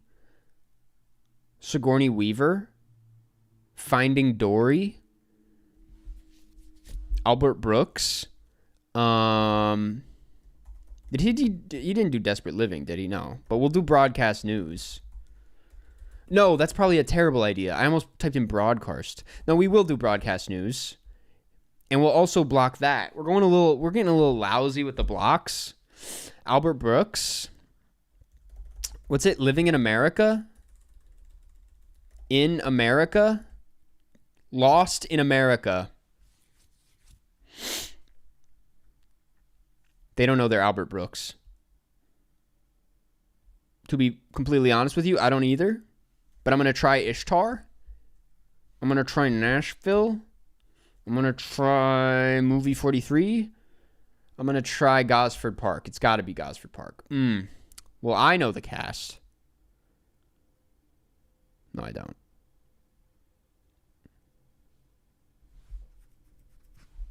Fuck it. All the President's Men.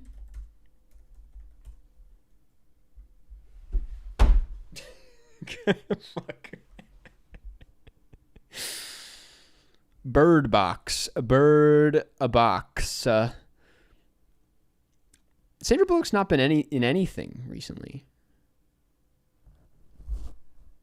But I'm going to stay away from Sandra Bullock. I'm going to go Moonlight. I think that's fine. I don't think I need to waste a block on this. Hidden Figures. Hidden Figures. Octavia Spencer. There's always Ma. Hidden Figures.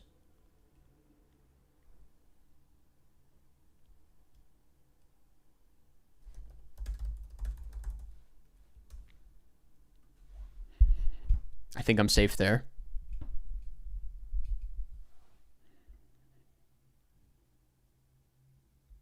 Think Like a Man.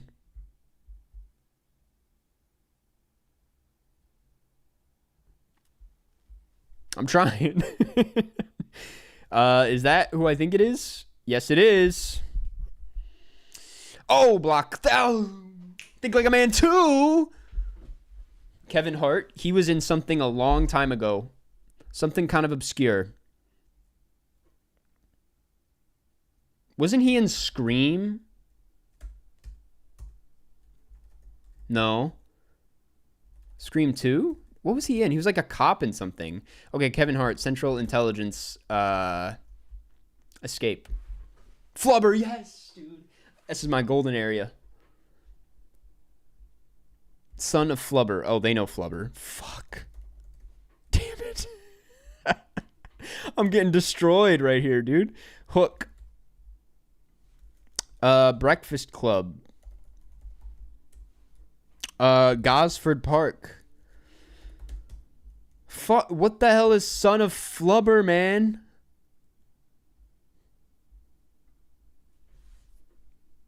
We can come back.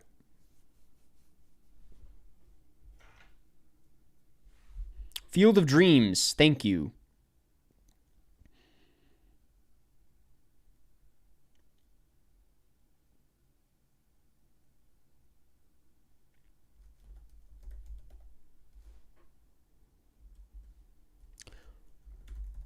Dude, he needs to get going on that trilogy, dude. We're going to do Deliverance. What? Goodfellas. Jesus Christ. I thought... Why did I think that? Oh, I was thinking of The Swimmer. Meet the Parents. Okay, Alto Knights. Yeah. Fuck. Oh man, why wasn't Stick in theaters? Meet the Fockers. Dustin Hoffman's in that. Let's go to our happy place here. No, don't do Kramer versus Kramer. Let's do Tootsie.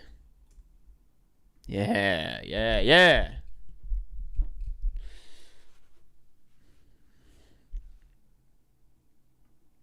Try it, man. You can't get out of Tootsie.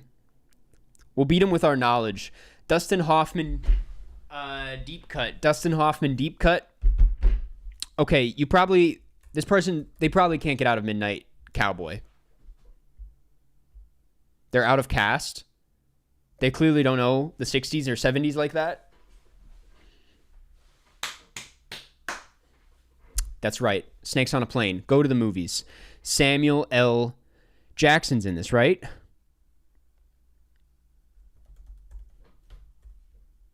That worked. I mean, they'll probably get it off this. Room. Brie Larson. I don't want to get stuck here, so I'm going to play that. Oh, shit. Okay, listen. We're getting somewhere. We're like figuring out our strategy. It's fine. This will be our win. I promise you, this will be our win.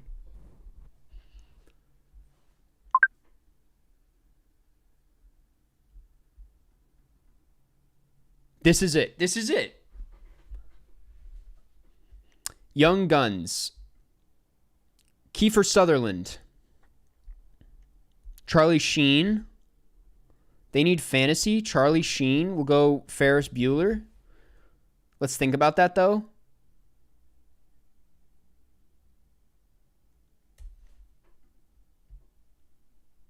We'll get this. Better win, dude. I've got my rent money on you. Bradley, I won't let you down. Inspector Gadget. Matthew Broderick. Election. Reese doesn't do fantasies.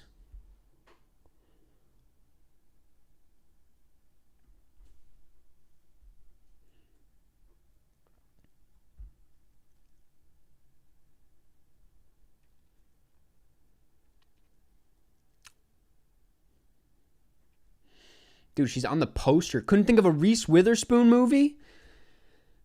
The Hateful Eight. I'm going to take you all the way back to A Fistful of Dollars.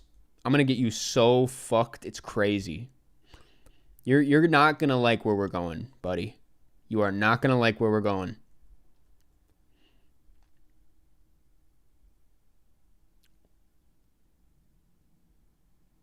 I don't even need to do the win condition with this one. Yep.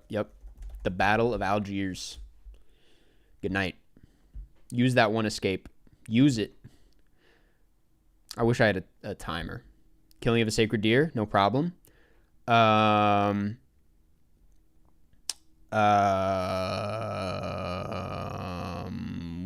hit you with Alps.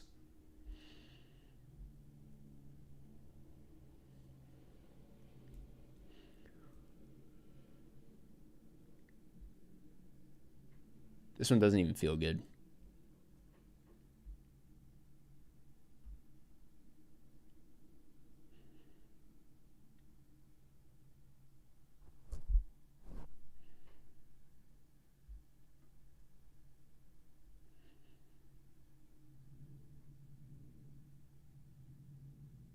Yeah, that was... I didn't even get to go that far. They didn't... That was all right. I'm not even that... But we're getting it up. We're getting it up. We needed some confidence. We need to build some confidence. All right? Okay, Bowfinger. With Steve Martin, Frank Oz, Eddie Murphy. Robert Downey Jr.'s in this. Robert Downey Jr. will do Tropic Thunder. We'll get into a comfortable place. We're going to work our way up to Avengers. Ethan Cohen. That's funny. A Minecraft movie. Solid attempt to throw me off, but it's not going to happen. No. The color. Well, I kind of got fucked in the color purple last time. Dune Part 2. Dude, that's right. He's it's not in the second one. Can't think of a lot of romantic comedies to get out. Like you would think, but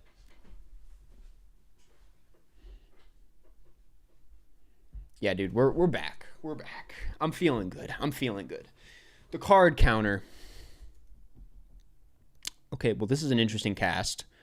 Willem Dafoe movie that's out right now. Willem Dafoe, new movie. Willem Dafoe. Willem Dafoe. Come on, bro. What is it? He's in a new movie. I have to play it safe. Oh man, what's the new Willem Dafoe movie?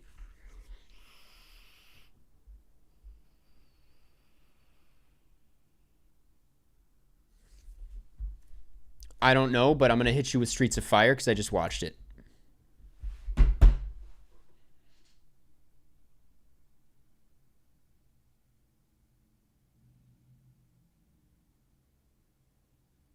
Legend of Ochi.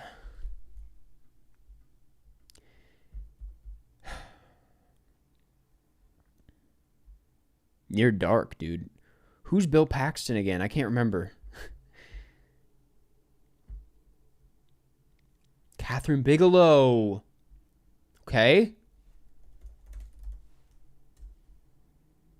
Is he in any romantic comedies? Anthony Mackie, Jeremy Renner, Ray Fiennes. Game over, man. Game over. It's far from it. The Loveless. Catherine Bigelow. Okay. She's got that one called like well,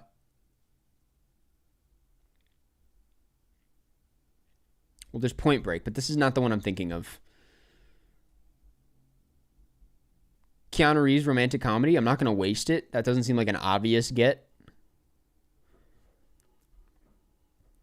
But we are most certainly going to go from whatever this is to Ballerina. Tell you that much.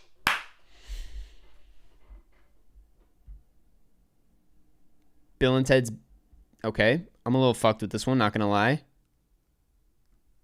There's got to be someone in movie 43 from this movie. There's got to be someone in Smiley Face. There's got to be someone in Harold and Kumar. Go to White Castle. Got to be someone in Gosford Park. From Bill and Ted's Bogus Journey. Got to be someone in Extreme Movie. Nope. Smosh? Fuck, dude. It's okay. That's okay.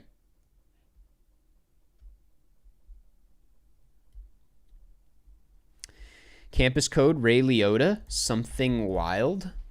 Take you somewhere uncomfortable. I got a whole game planned here. Oh, you're going John Waters with it. That's crazy. Yeah, we'll do multiple maniacs. They're going to 3 strikes me with this one for sure. Got to start thinking. Pink Flamingos. Mink Stole has been in what else?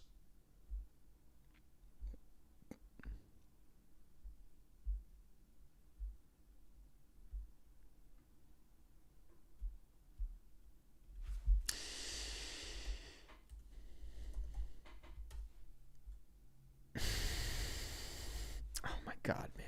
Fuck, you got me with that one. God damn it. I did not realize we were doing a 3rd strike John Waters thing. That was reckless. Elephant Man.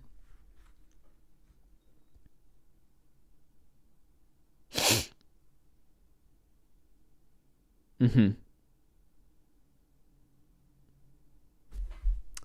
don't like the way you think.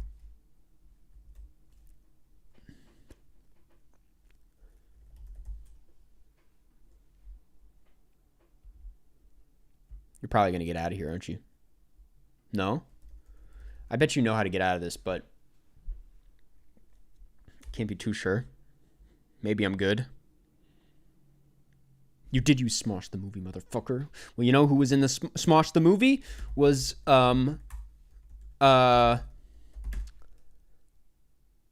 that the best thing we got here?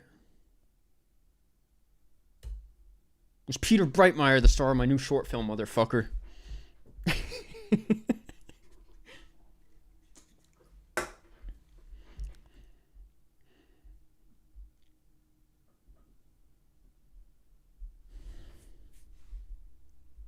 Kundun, okay. Roger Deakins. Nope. What was I thinking?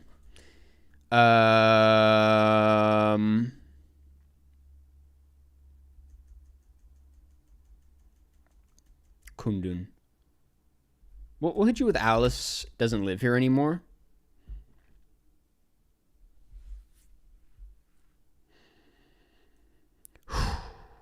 Harvey Keitel.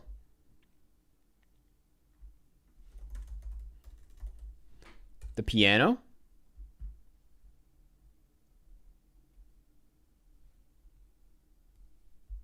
We're so far away from 2025 movies right now. But staying strong. Get Shorty. That's all good. Permanent. Nope. Let's save that. We'll go Stranger Than Paradise.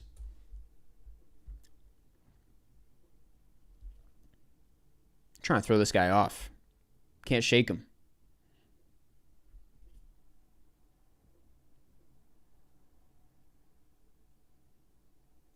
Got the escape on that? All right, so you don't know your Jarmusch, man. Damn, that's crazy. Okay, Venom. Oh, man. Eminem wouldn't count as a connection here, would he? Okay, Tom Hardy. We'll do the Bike Riders. I think I'm safe.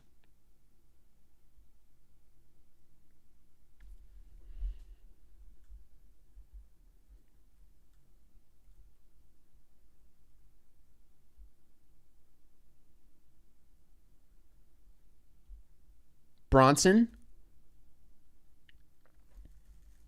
Pusher.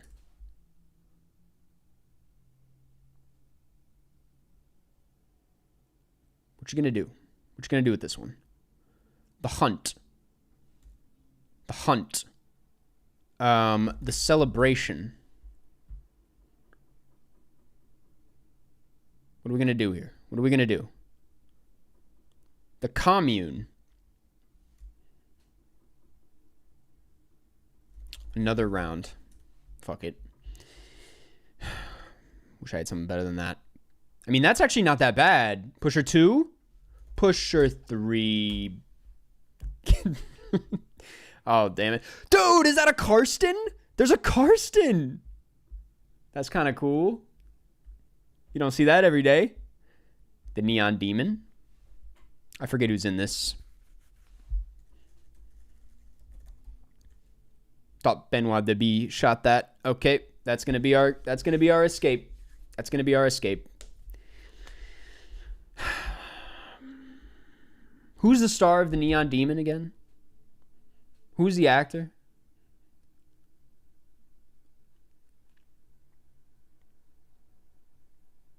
Iron Man is an out.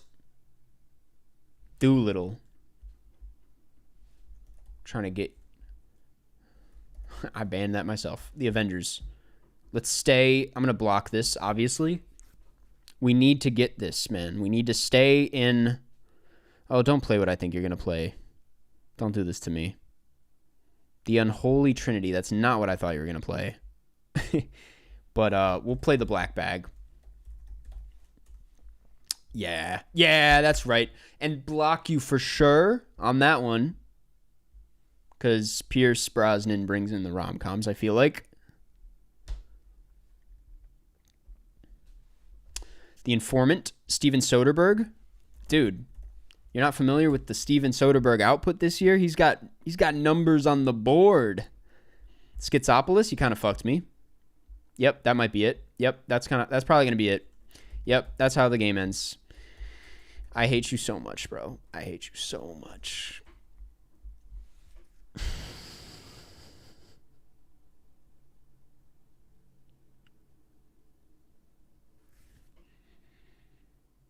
I wanted that one so bad, dude. I wanted that one so bad. I was on a roll too. I was getting some like confidence. We were catching our groove. We had presence. Like I was like, "Oh man, we're so close. We're right there." Hit me with Schizopolis, dude. Dude, who's even in Schizopolis? I gotta look this up.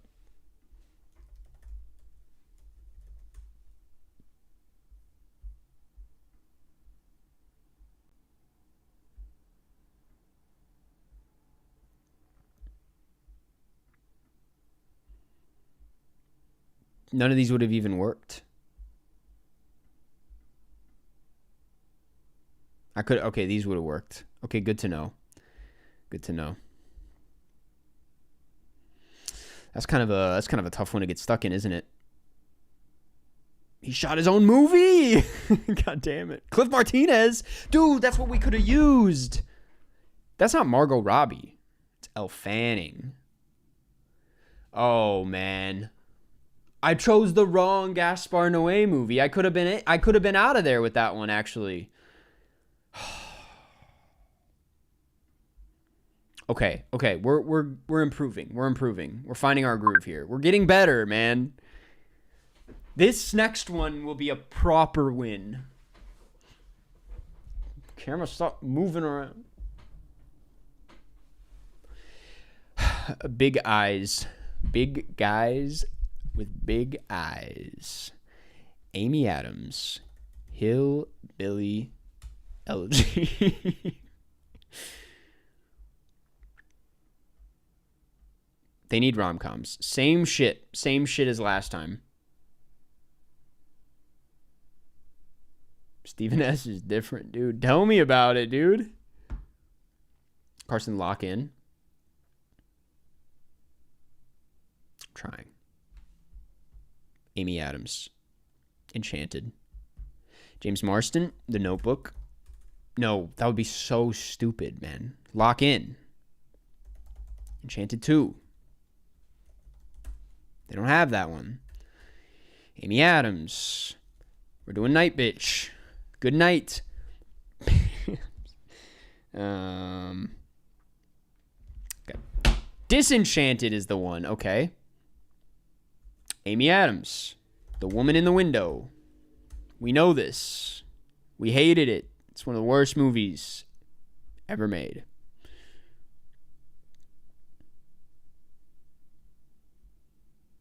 It's not that bad.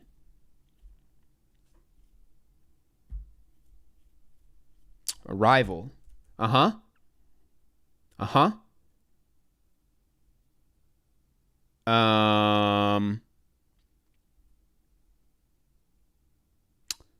Arrival.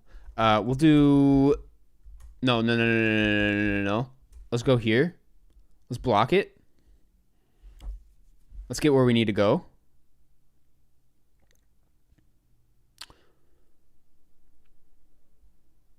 Cockfighter. No one saw that one coming. No one saw Cockfighter coming. I'll be honest. Cockfighter jump scare. Let's hit you with the straight story, I guess, dude. Now I'm scared. I'm like, what do you know? This is not good, man.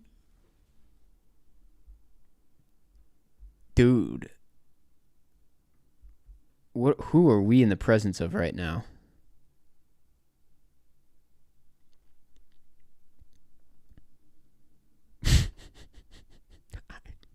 This might not be our round, man. This guy is another level. Fuck. Oh, man. I know I should have just played it safe and gone Denis. Instead, I wanted to open it up. Ridley Scott, The Duelists. Okay. You want me to play another Ridley Scott movie so bad, and you're right. I'm going to do that. I'm going to play The Last Duel. You're going to fuck me with some shit. Just do it. Get it over with. And we can all move on to the next round.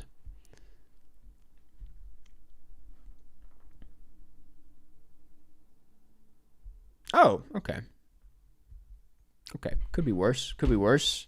That's not that bad. I'm going to hit you with Blue Collar.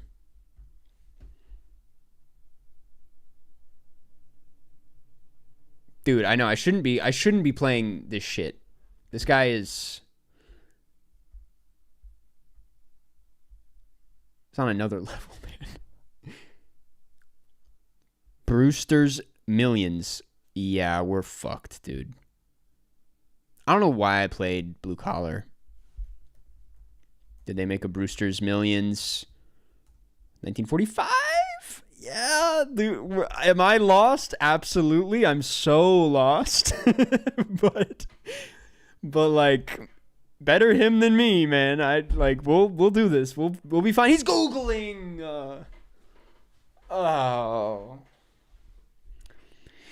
That was some bullshit right there. Best years of our lives, maybe? Silver Love? Silver Load. What was that movie that I watched? Well, not Stagecoach. Why do we even bother, bro? I don't want to be here anymore. We needed to get out of that. We were going into some dark places. What are we playing, man? We're playing shit that's not even... Richard Gere. Let's bring it all the way back up. I don't want to get stuck in Paul Schrader because... Let's do Pretty Woman, man. Let's just play. Let's have a good, clean game here. Good, clean fun.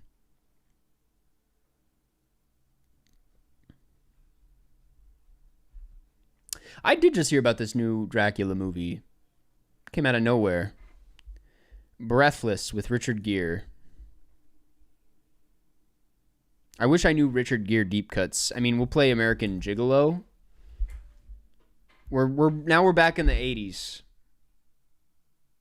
We're not in a good place, man. We're just getting more fucked. Mishima. I'm glad you played this now. We'll play Cat People. Which one's worse? Cat People or hard? No, Cat People. I think I can get out of hardcore if he plays hardcore. But there's also other Paul Schrader deep cuts that I'm scared of.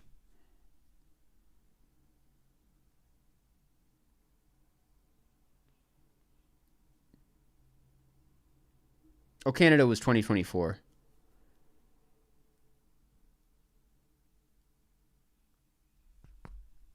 I don't even... is he in Clockwork Orange? He is! Yes. I thought I knew that. Deeply in the back of my mind. I mean, this is not good. This is just going to get worse. He's just going to get worse. If he really knew his shit, he'd be... Okay, Stanley Kubrick. We're going to do Killer's Kiss.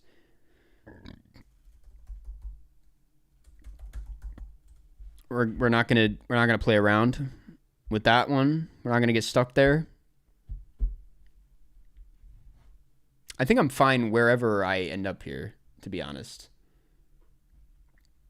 I think so. Well, forgot about that one. Let's keep it going. This is bullshit, man.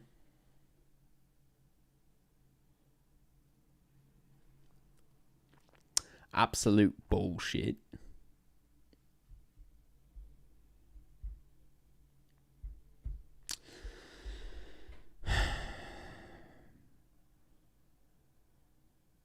You're not even playing romantic comedies, bro. Gattaca. Well, now we can play O Canada. This guy's like, what does this guy only know Paul Schrader? Dude, this is like such a close poll. That's kind of crazy.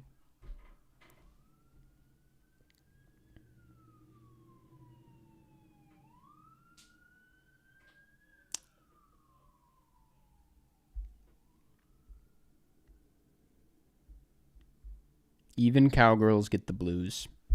Of course. Who could forget? Godforsaken. Gosford Park.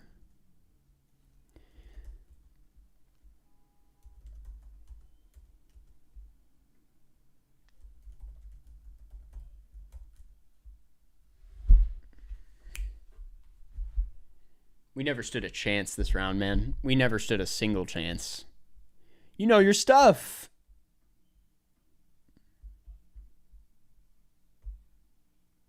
Let's play one more.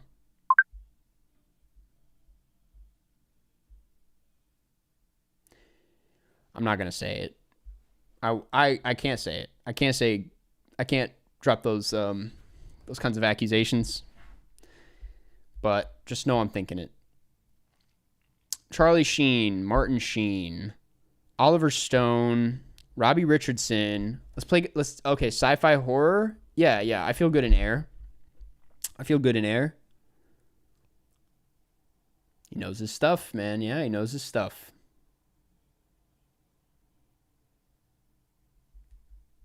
Argo. No. Trailer dropped, man. Argo. There's so many people in here. Scoot McNairy, John Goodman will go the artist. Don't play Cloverfield Lane.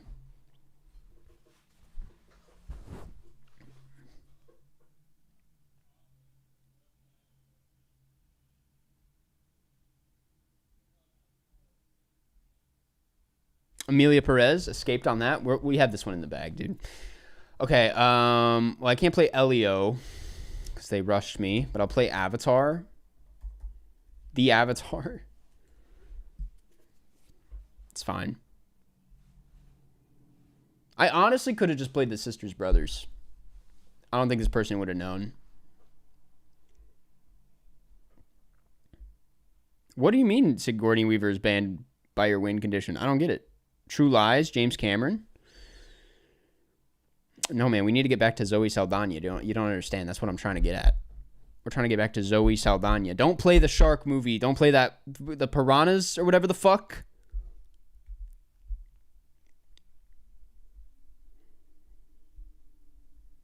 I'm actually... Okay, the Terminator. That's fine. Kindergarten Cop, I guess. I'm really bad at Arnold.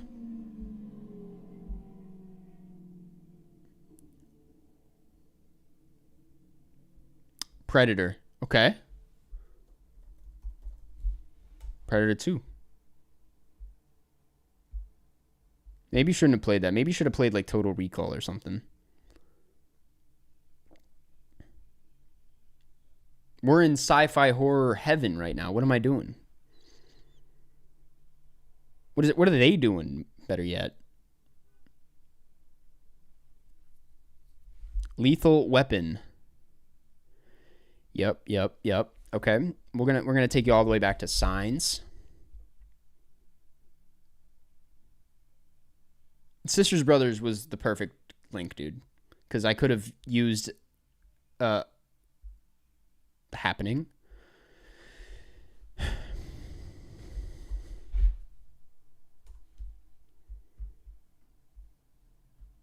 We need to find a way to do this.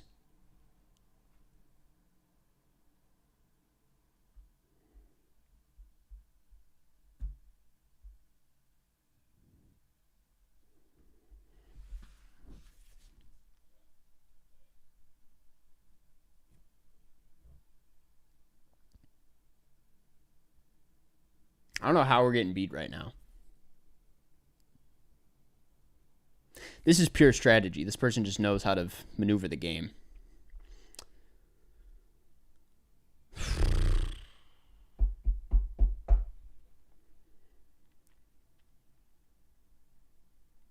Vanilla Sky.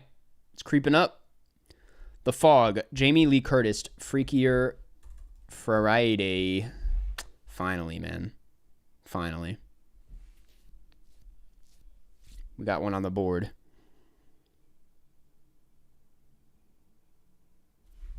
Uh-huh. Yeah. I know what you're thinking. Movie 43. Get us out. What is this game? It's called Cine 2 Nerdle. You're basically just trying to stay alive as long as possible. Either that or name a certain amount of movies under your win condition. So, for example, if I play 5 films released in 2025, I win. Okay, Superman. Who else? Who's having a good year right now? Okay, it doesn't matter. We'll play Dora the Explorer. So that's a good example. Isabella Merced made the connection. Oh, yeah? Damn it, dude. I wish we were not doing... Let's stay here. Please? What else has Holt been in, though? He had a good... his last year was really good, too. They blocked me. It didn't matter. Fuck! Pedro Pascal, though. Pedro Pascal having an amazing year. No, not that one. Get there before they realize Eddington, dude. What the fuck? Jesus. Oh, they blocked me. God damn it. I'm so mad. Chris Evans was also in Dakota Johnson was also in Cha-Cha Real Smooth. Bro, got a burp. I think this has to be the end, bro. I'm losing steam. I might need to play some GeoGuessr. It's also easier to chat that. Okay, to be fair, they've exhausted their escapes, Cass, and Brick. We can win this. We have 2 escapes in 2 times. How did I get the timers? I didn't... Jesus.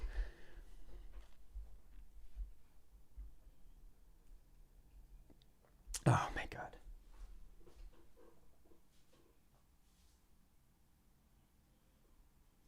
The Social Network. Dakota Johnson was in Daddy-O.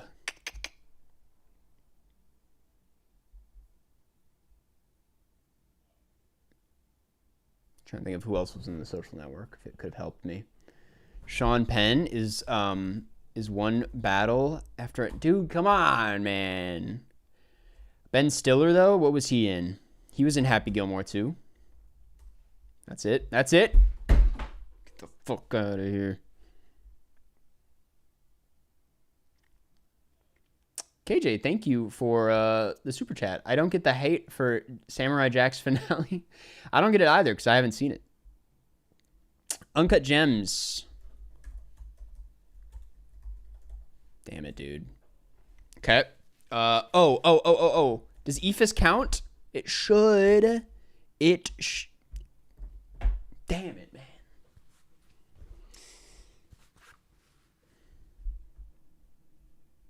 They're out of escapes, though. We could have this. EFIS could be our one.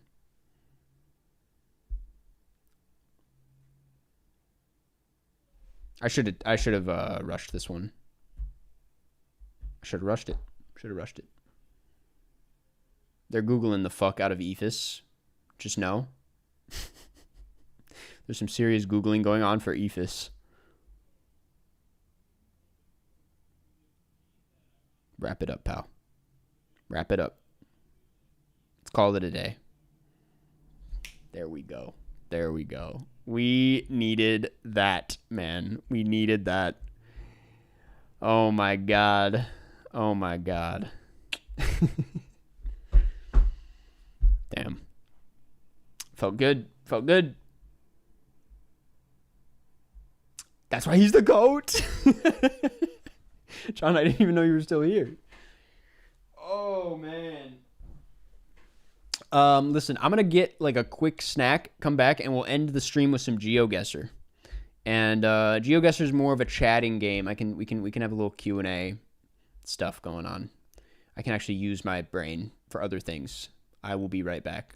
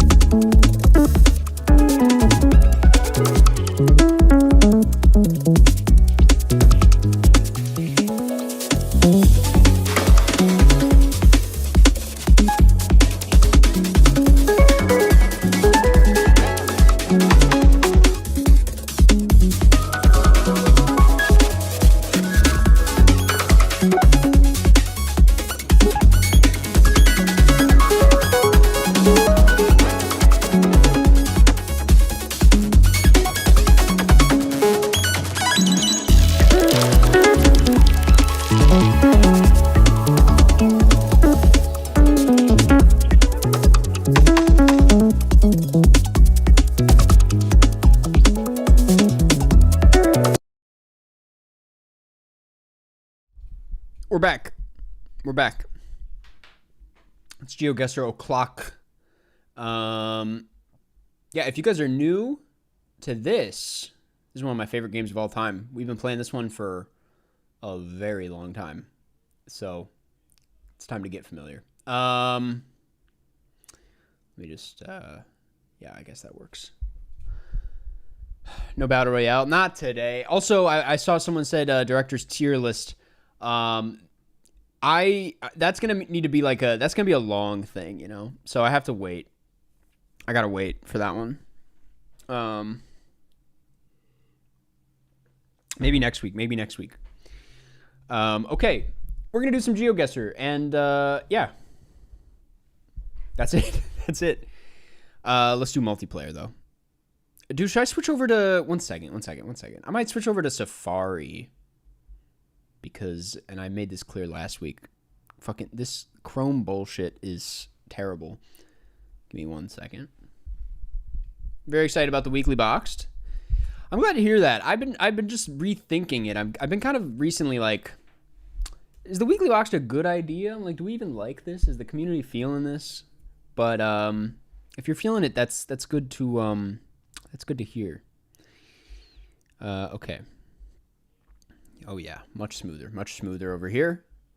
Yeah?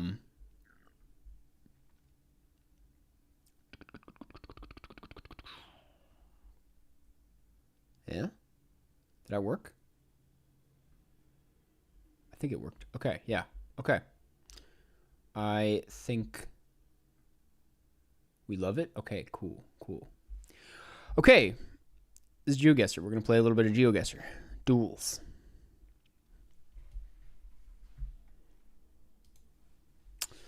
No golf tonight. Dude, no golf tonight, but I am kind of considering setting the Switch back up, getting that thing back up and running and figuring out how to not make it black and white.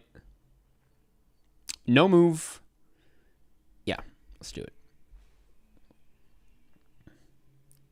What do we do if there's a tie? Dude, I can't believe this. I think the second one of them overthrows the other, I will call it. But I'm gonna do this after playing some games. But yeah, I mean, this is insane, man. I didn't know it was this neck and neck. Just watched your new video. One of your best. Oh, Holly, thank you. That's very sweet of you. I appreciate that. No one plays GeoGuessr anymore. Damn. Except for Carlos from Brazil. Okay. I think this is yeah, okay. I'm gonna go. I'm gonna say New Delhi. Nope. It was okay. God damn it.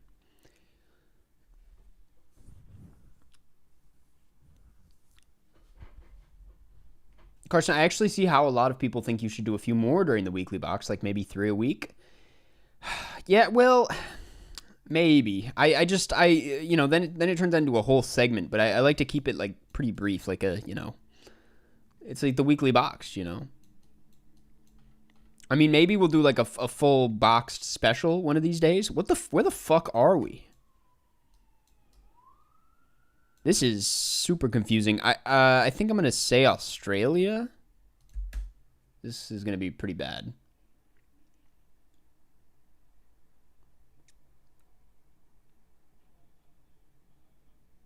What's the metric used in the sign? It was kilometers.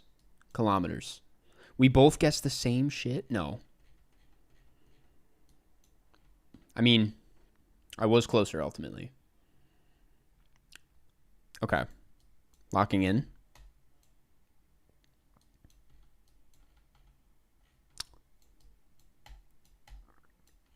I want to say Union de. It's probably Argentina. Probably like somewhere over here. Got the win. That's what matters. Yeah. I mean, I prefer to keep it to one boxed. It's a bit much to do more than that. Also, I know I say this like all the time. Okay, clearly America. Where in America?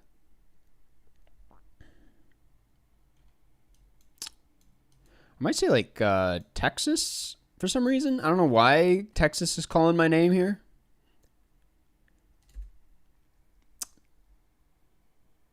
But I got those letterbox roast perks coming. I'm planning on sending them all out at once. I'm about halfway through filming them. So if you paid for a letterbox roast when you donated to the short film, those are definitely coming very soon. They didn't even guess. And it was Arkansas. That's crazy. Okay. Principala looks like maybe like a Latvia situation. Maybe Ogre Latvia. Don't took the lead. I'm gonna call it. I decided I'm gonna call it. Throne of Blood, next week's movie. Throne of Blood, next week's movie. That is what it is. It is what it is. Okay, this person just stopped playing. That's not a great way to win, but now we're properly warmed up. Have you done a Spielberg ranked yet? I have not, no. I should. I really should. It's kind of overdue, right?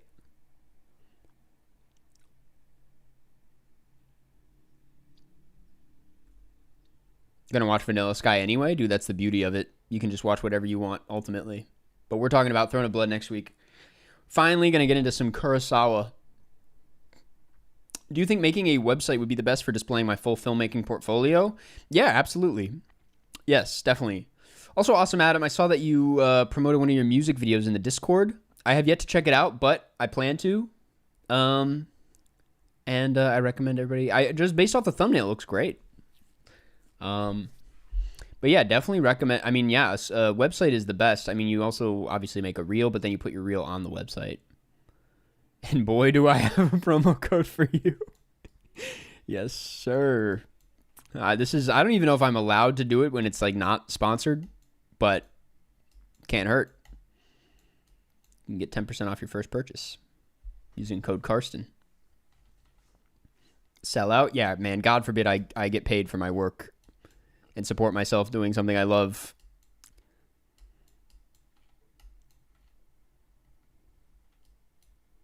La people.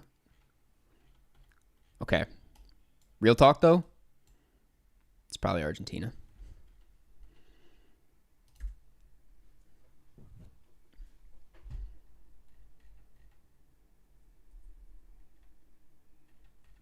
Dale. You're saying, oh, that's the Chile flag. This person's not even going to guess, I bet. Oh, they did. And they were more on the money. Okay, time to lock in. Time to lock in.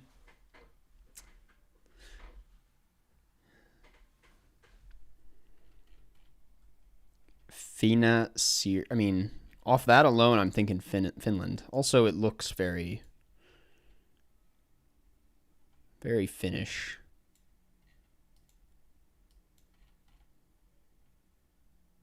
I think.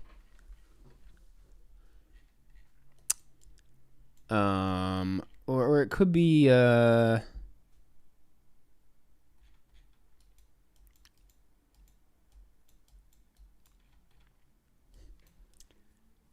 2007 fit. Dude, I was peeping the fit and I was like, it's kind of in style now. The jeans, I'm like, dude, look at this shirt. That shirt is like, dude, I can ID it. That's a Gorillaz shirt, right? From the Humans era. Am I wrong? I think it's Gorillaz Humans. Clothes guesser in GeoGuessr.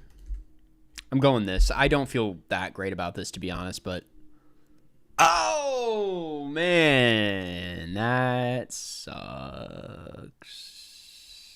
That sucks. Okay.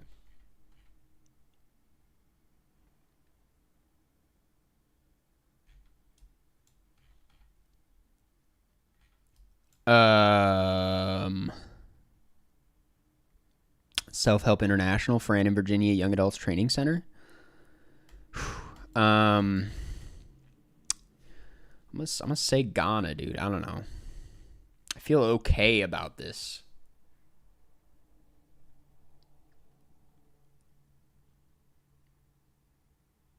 There's Gorillaz Fortnite skins.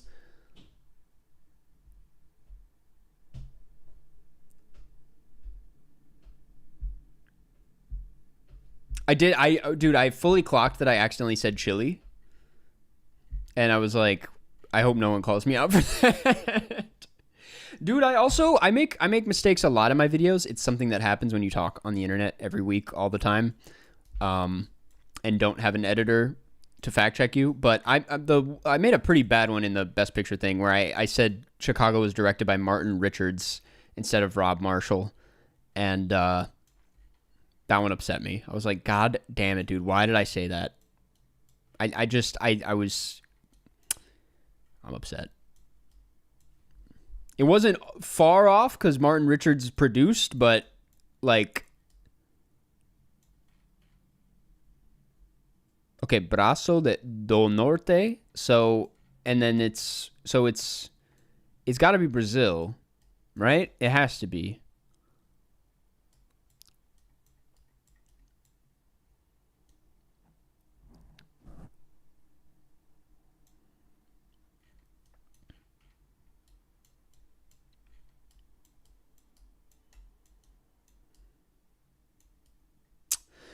I mean, yeah, it's got to be Brazil. I'm going to go like North Brazil, like kind of up here.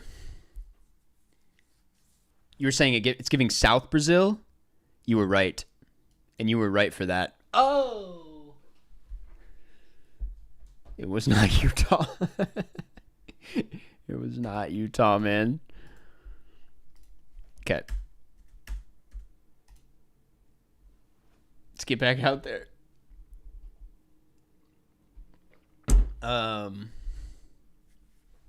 Yo, Karsten, can you put the Karstcast or Suck Off episodes on YouTube Music? I'm switching over from Spotify and don't want to lose the classics. Damn. I thought about it before. I'll look into it. It's not very hard to distribute things over multiple platforms. I didn't even know YouTube Music could do podcasts, so I will certainly look into that. Thank you for even telling me that.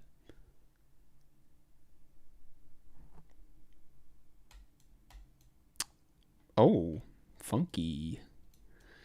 Interesting. What the fuck is going on here? This is crazy. Whoa.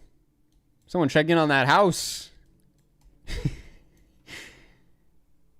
Guy, dude's doing old school Google Maps. That's crazy. Full map out. Okay. Somewhere in Thailand, probably. It was Indonesia. Didn't expect that. What are some movies you liked in the past but find cringe now? Oh, man. I mean, cringe is interesting. Because I don't even like...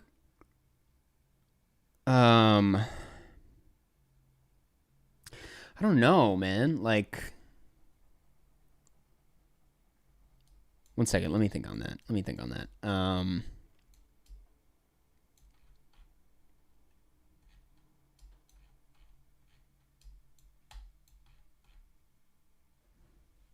There's not, I mean, like, really, there's not a lot of movies that I fully, like, cringe is such a strong one, because it's, like, you can't even, like,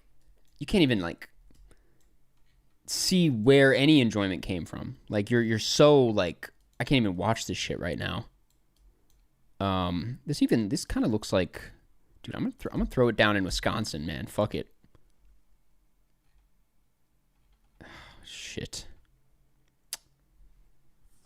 Dude, American Beauty is kind of a good answer, isn't it?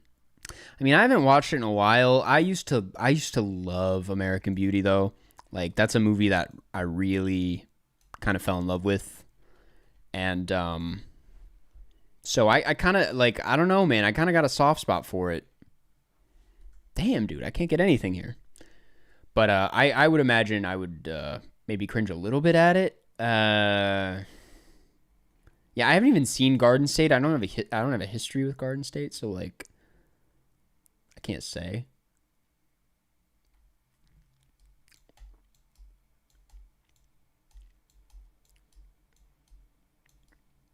I don't know, man. I don't know if there is a movie that I fully cringe at that I like. Even I think about, like, shitty comedies and, like, kids movies, and I'm like, no, but they still, like, ugh, what am I doing, dude? I'm throwing it away. Can you explain how the movie nights work? I'm new to the Discord. So there's not like a movie night. We just decide on a movie every week, and then at some point in the week you got to watch it. And then we, like, discuss it here. It's just a way of giving, like, some sort, like, I know that's, like, how every podcast works, but, like, I like treating it like a book club, but, like, it's a movie club. And it's fun that all of us watch some random movie every week. Dude, I don't even know, man. I mean, is it just California?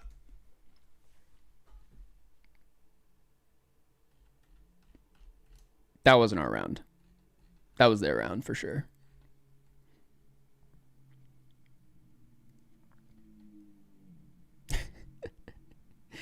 Karsten, what do you think? What do you think are movies that were way more important as influence for cinema rather than as actual movies?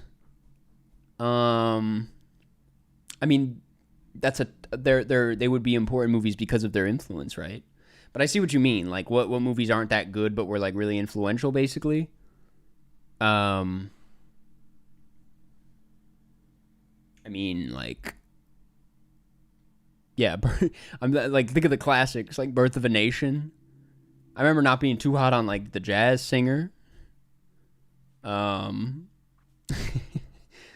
Uh, what else? I mean, a lot of honestly, dude. Like honestly, dude, Avengers. Yeah, that's like an important. That's definitely like an influential and important movie. Not super hot on it. Um, fuck, I lost my track. I was gonna say a lot of like Godard movies, like broke down barriers and opened new doors. But like the movies themselves, I feel like Breathless. I can't say it because like it's been a while, but I remember being like a little underwhelmed by it.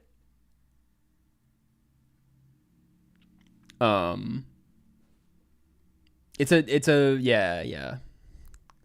Dude, I'm gonna play one more. I'm kind of losing steam. I'm gonna be honest. Do you ever feel like everything's already been done in filmmaking? I sometimes feel like Avatar was the last push the needle forward. Um, no. I feel like that's a valid thing to bring up, but also like you look at movies now compared to like 10 years ago, and it's like I think it's not a question of like they're pushing things forward with the technology. Does it look better? That's up to you. I don't think it looks as good. Like I said in the Mission Impossible thing, I feel like you can see each Mission Impossible movie is kind of representative of that era of filmmaking and like what the peak of technology could do and bring to a film. And in my opinion, like Rogue Nation, even though Fallout is the better film, Rogue Nation like maybe looks the best, and that's just when films looked amazing, in my opinion. That's Poland, my bad. Like I truly do think like things kind of peaked, and we've been on like a downward trend with like you said CGI and trends and like lighting and stuff. I'm like, I don't know. But that doesn't mean that there isn't shit that looks amazing these days.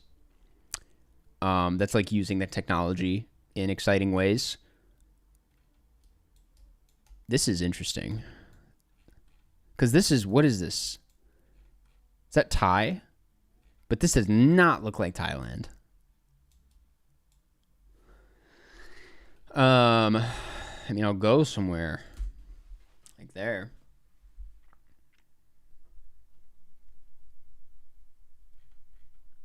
Trying to think of an example. I mean, like, because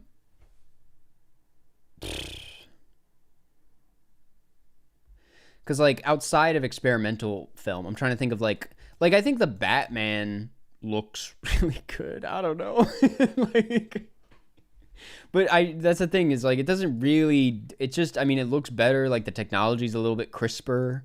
Same with like Dune, but like that's not. It's kind of like I know it doesn't answer your question. Like, oh man, where are we?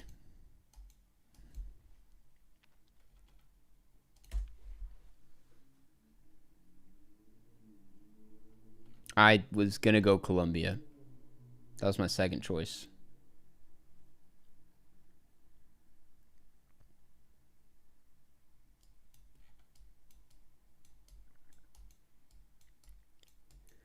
I think Japan. Heart's not in it, man. I'm gonna be honest. The heart's not in it.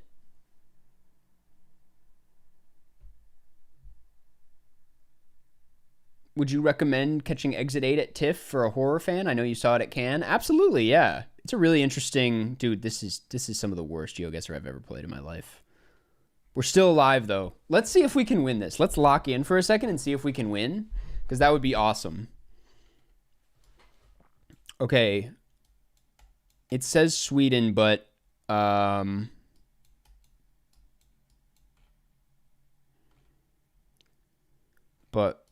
we're obviously not in Sweden. Rental car. We're at the airport.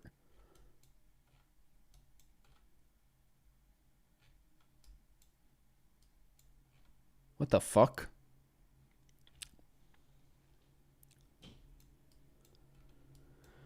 Oh my god. What the fuck? Oh.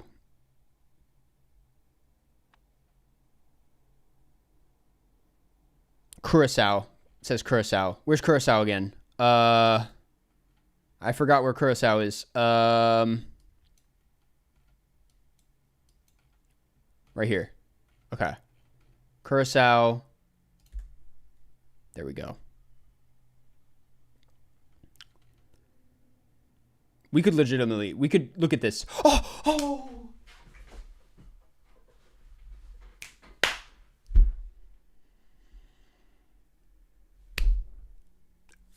One of the greatest comebacks of all time. One of the greatest comebacks of all time, dude. Simple as that. Simple as that. We got to end on, we have to end on that note. I mean,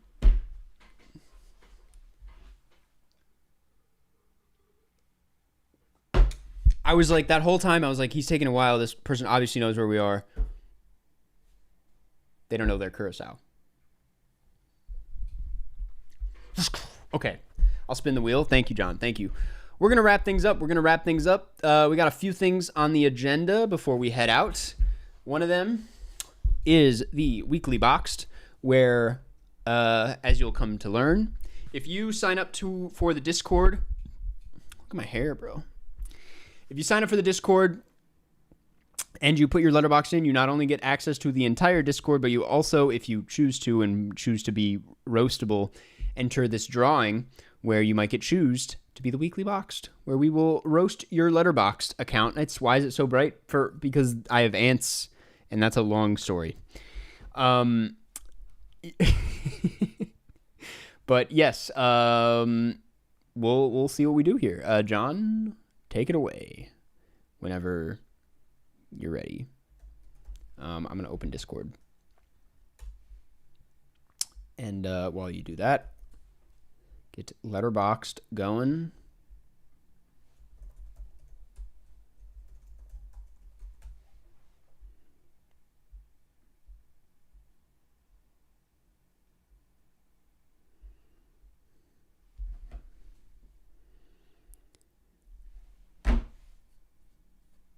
Did Everything Everywhere All at Once deserve the Oscars? Deserved some of them, but not all of them.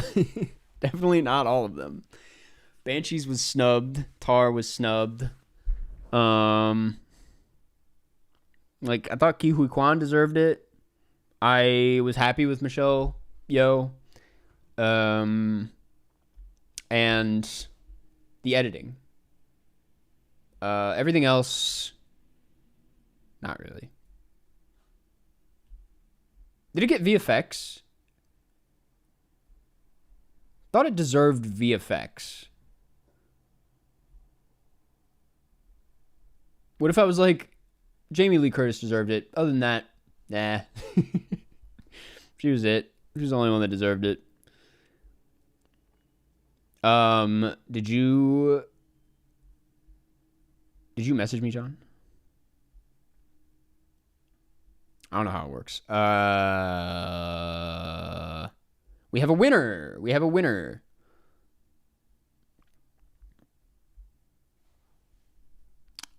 I'm trying to find the letterboxed for it.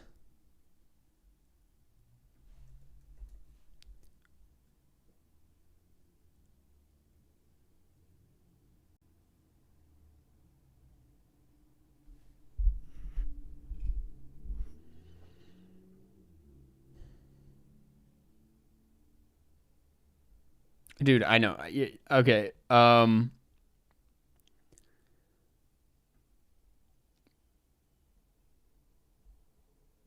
Is Smody here?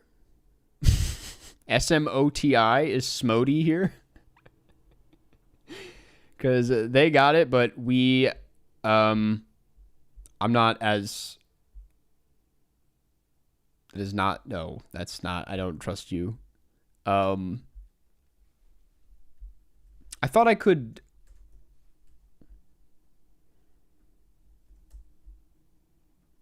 Dude, what the fuck? Maybe we roll another one.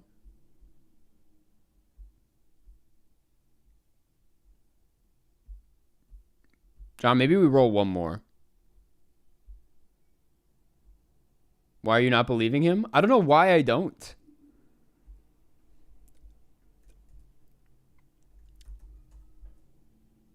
Oh my God, it literally is. It literally is. Sol Maxwell, I'm so sorry. I'm looking at it now. That's literally you. That's so funny, man. It's just that, okay, so to back me up, I only don't trust it because you said, yeah, that's me. I've been picked. Because, and that was before I said anything. But then I remember just now that it notifies you when you've been picked. Dude,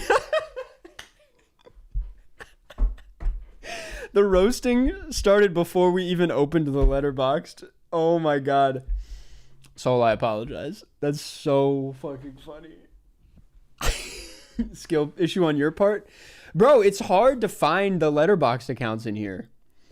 I don't know why Discord is like this. Washed. Definitely washed. Dude, okay. Sol Maxwell, I apologize. That's so funny. Dude, it just sounded like such a good lie to be like, my middle name is Modi. Okay, anyway. Let's do it.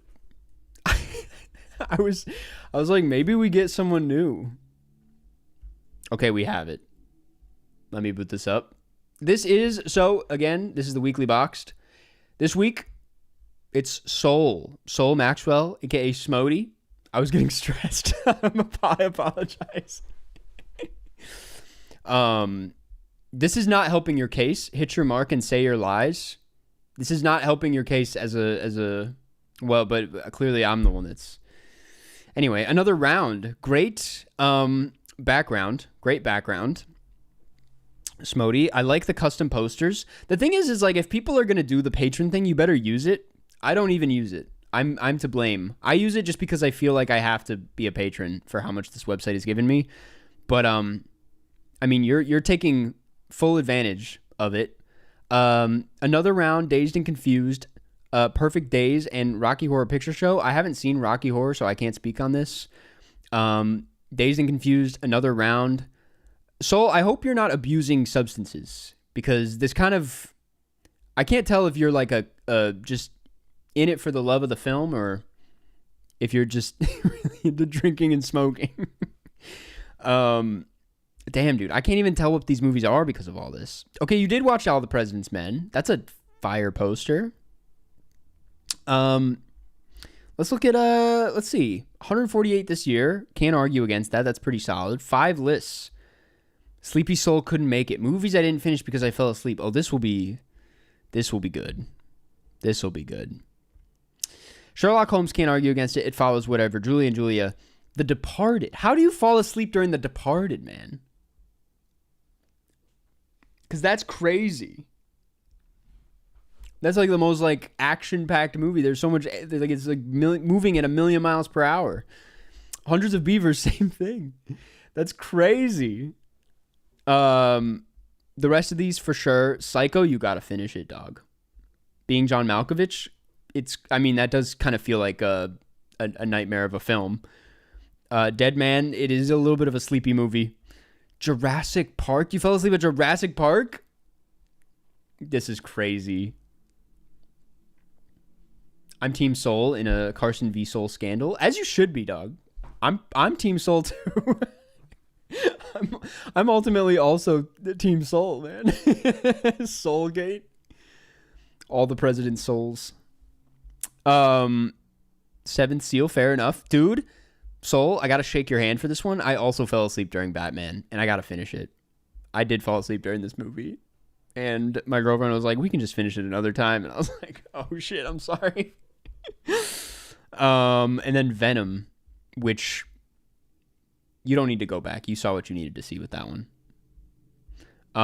Let's see. The Book. A while ago, me and some friends decided to try to broaden our horizons when it came to film. So we created a system where we would each take a turn picking a movie so long as at least one person hadn't seen it. We would each give the film a rating out of 10 and then would calculate the average into a score out of 5 and write it into a book with little one-sentence reviews. So much work. The final ranking of all the films in the book are below, included the rating out of 5. As you can see, there are also quite a few films that tied. This is a really sweet idea, man. This is so cute. I love this. Wow. Wow. This is adorable. I love this. Is it ranked? So wait, it's yeah. What's last? No, these aren't last. Unless they are. Just on here. Indiana Jones and the Kingdom of the Crystal Skull, 1 point. That's crazy, dude. Because, like, that movie, like, has some shooters. What a beautiful bonding experience. I know. I can't. How can I roast this, man? This is just friendship. The only thing I can roast is, like, out of pure bitterness that I don't have a friend group that will do this with me. That's awesome. 2024 top 10. The Outrun. Dude, I got to see The Outrun. A Real Pain, solid. Honor, solid. A Complete Unknown over Challengers. You're wrong for that, but I respect it. The Brutalist over Nickel. All this over Nickel, boys. I don't know about that. Doom Part 2, Better Man, Memoir of a Snail. Agree with pretty much everything on here, except I wouldn't put them in this order, and I wouldn't put Memoir of a Snail in here. But I can't be too mad at this. Dude, you did a My Life in Film. Let's check this. You are not very old. Wait, how many? 5 times... Oh, I guess you're 25. That's decent. Yeah, I can't. Trainspotting 2. Is it good? This is best of the year worthy?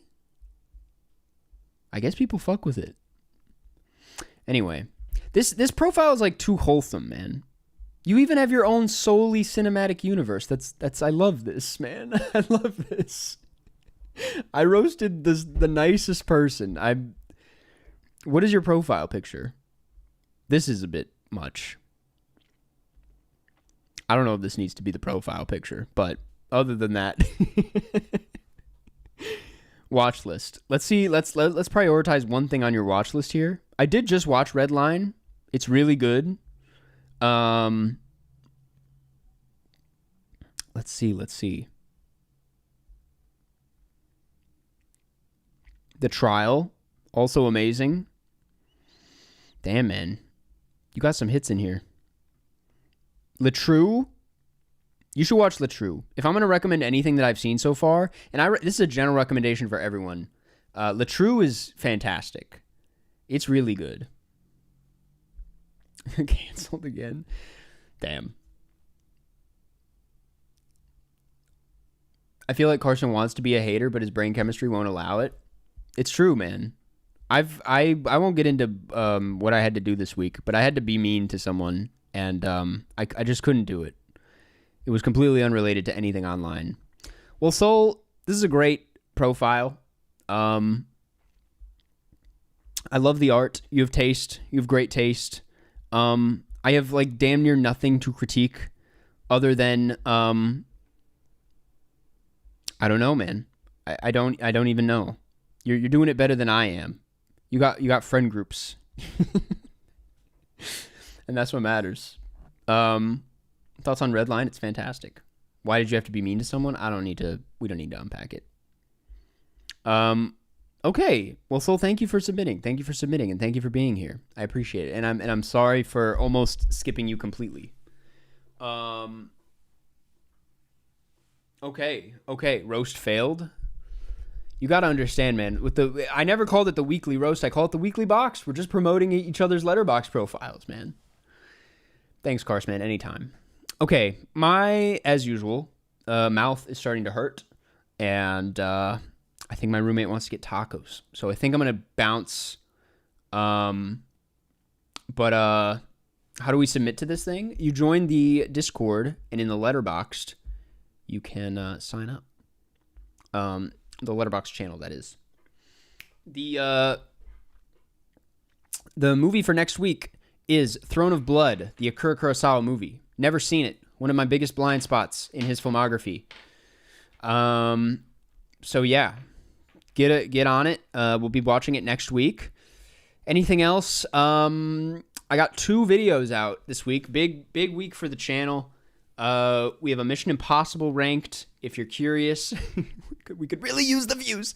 And then we got the Best Picture ranked, which, is not controversial at all. So that's that. Yes, and pick the roastable role if you want to be roasted. I appreciate you guys. Thank you for being here. Okay, have a good one. And take care of yourself. And I love you. Bye-bye.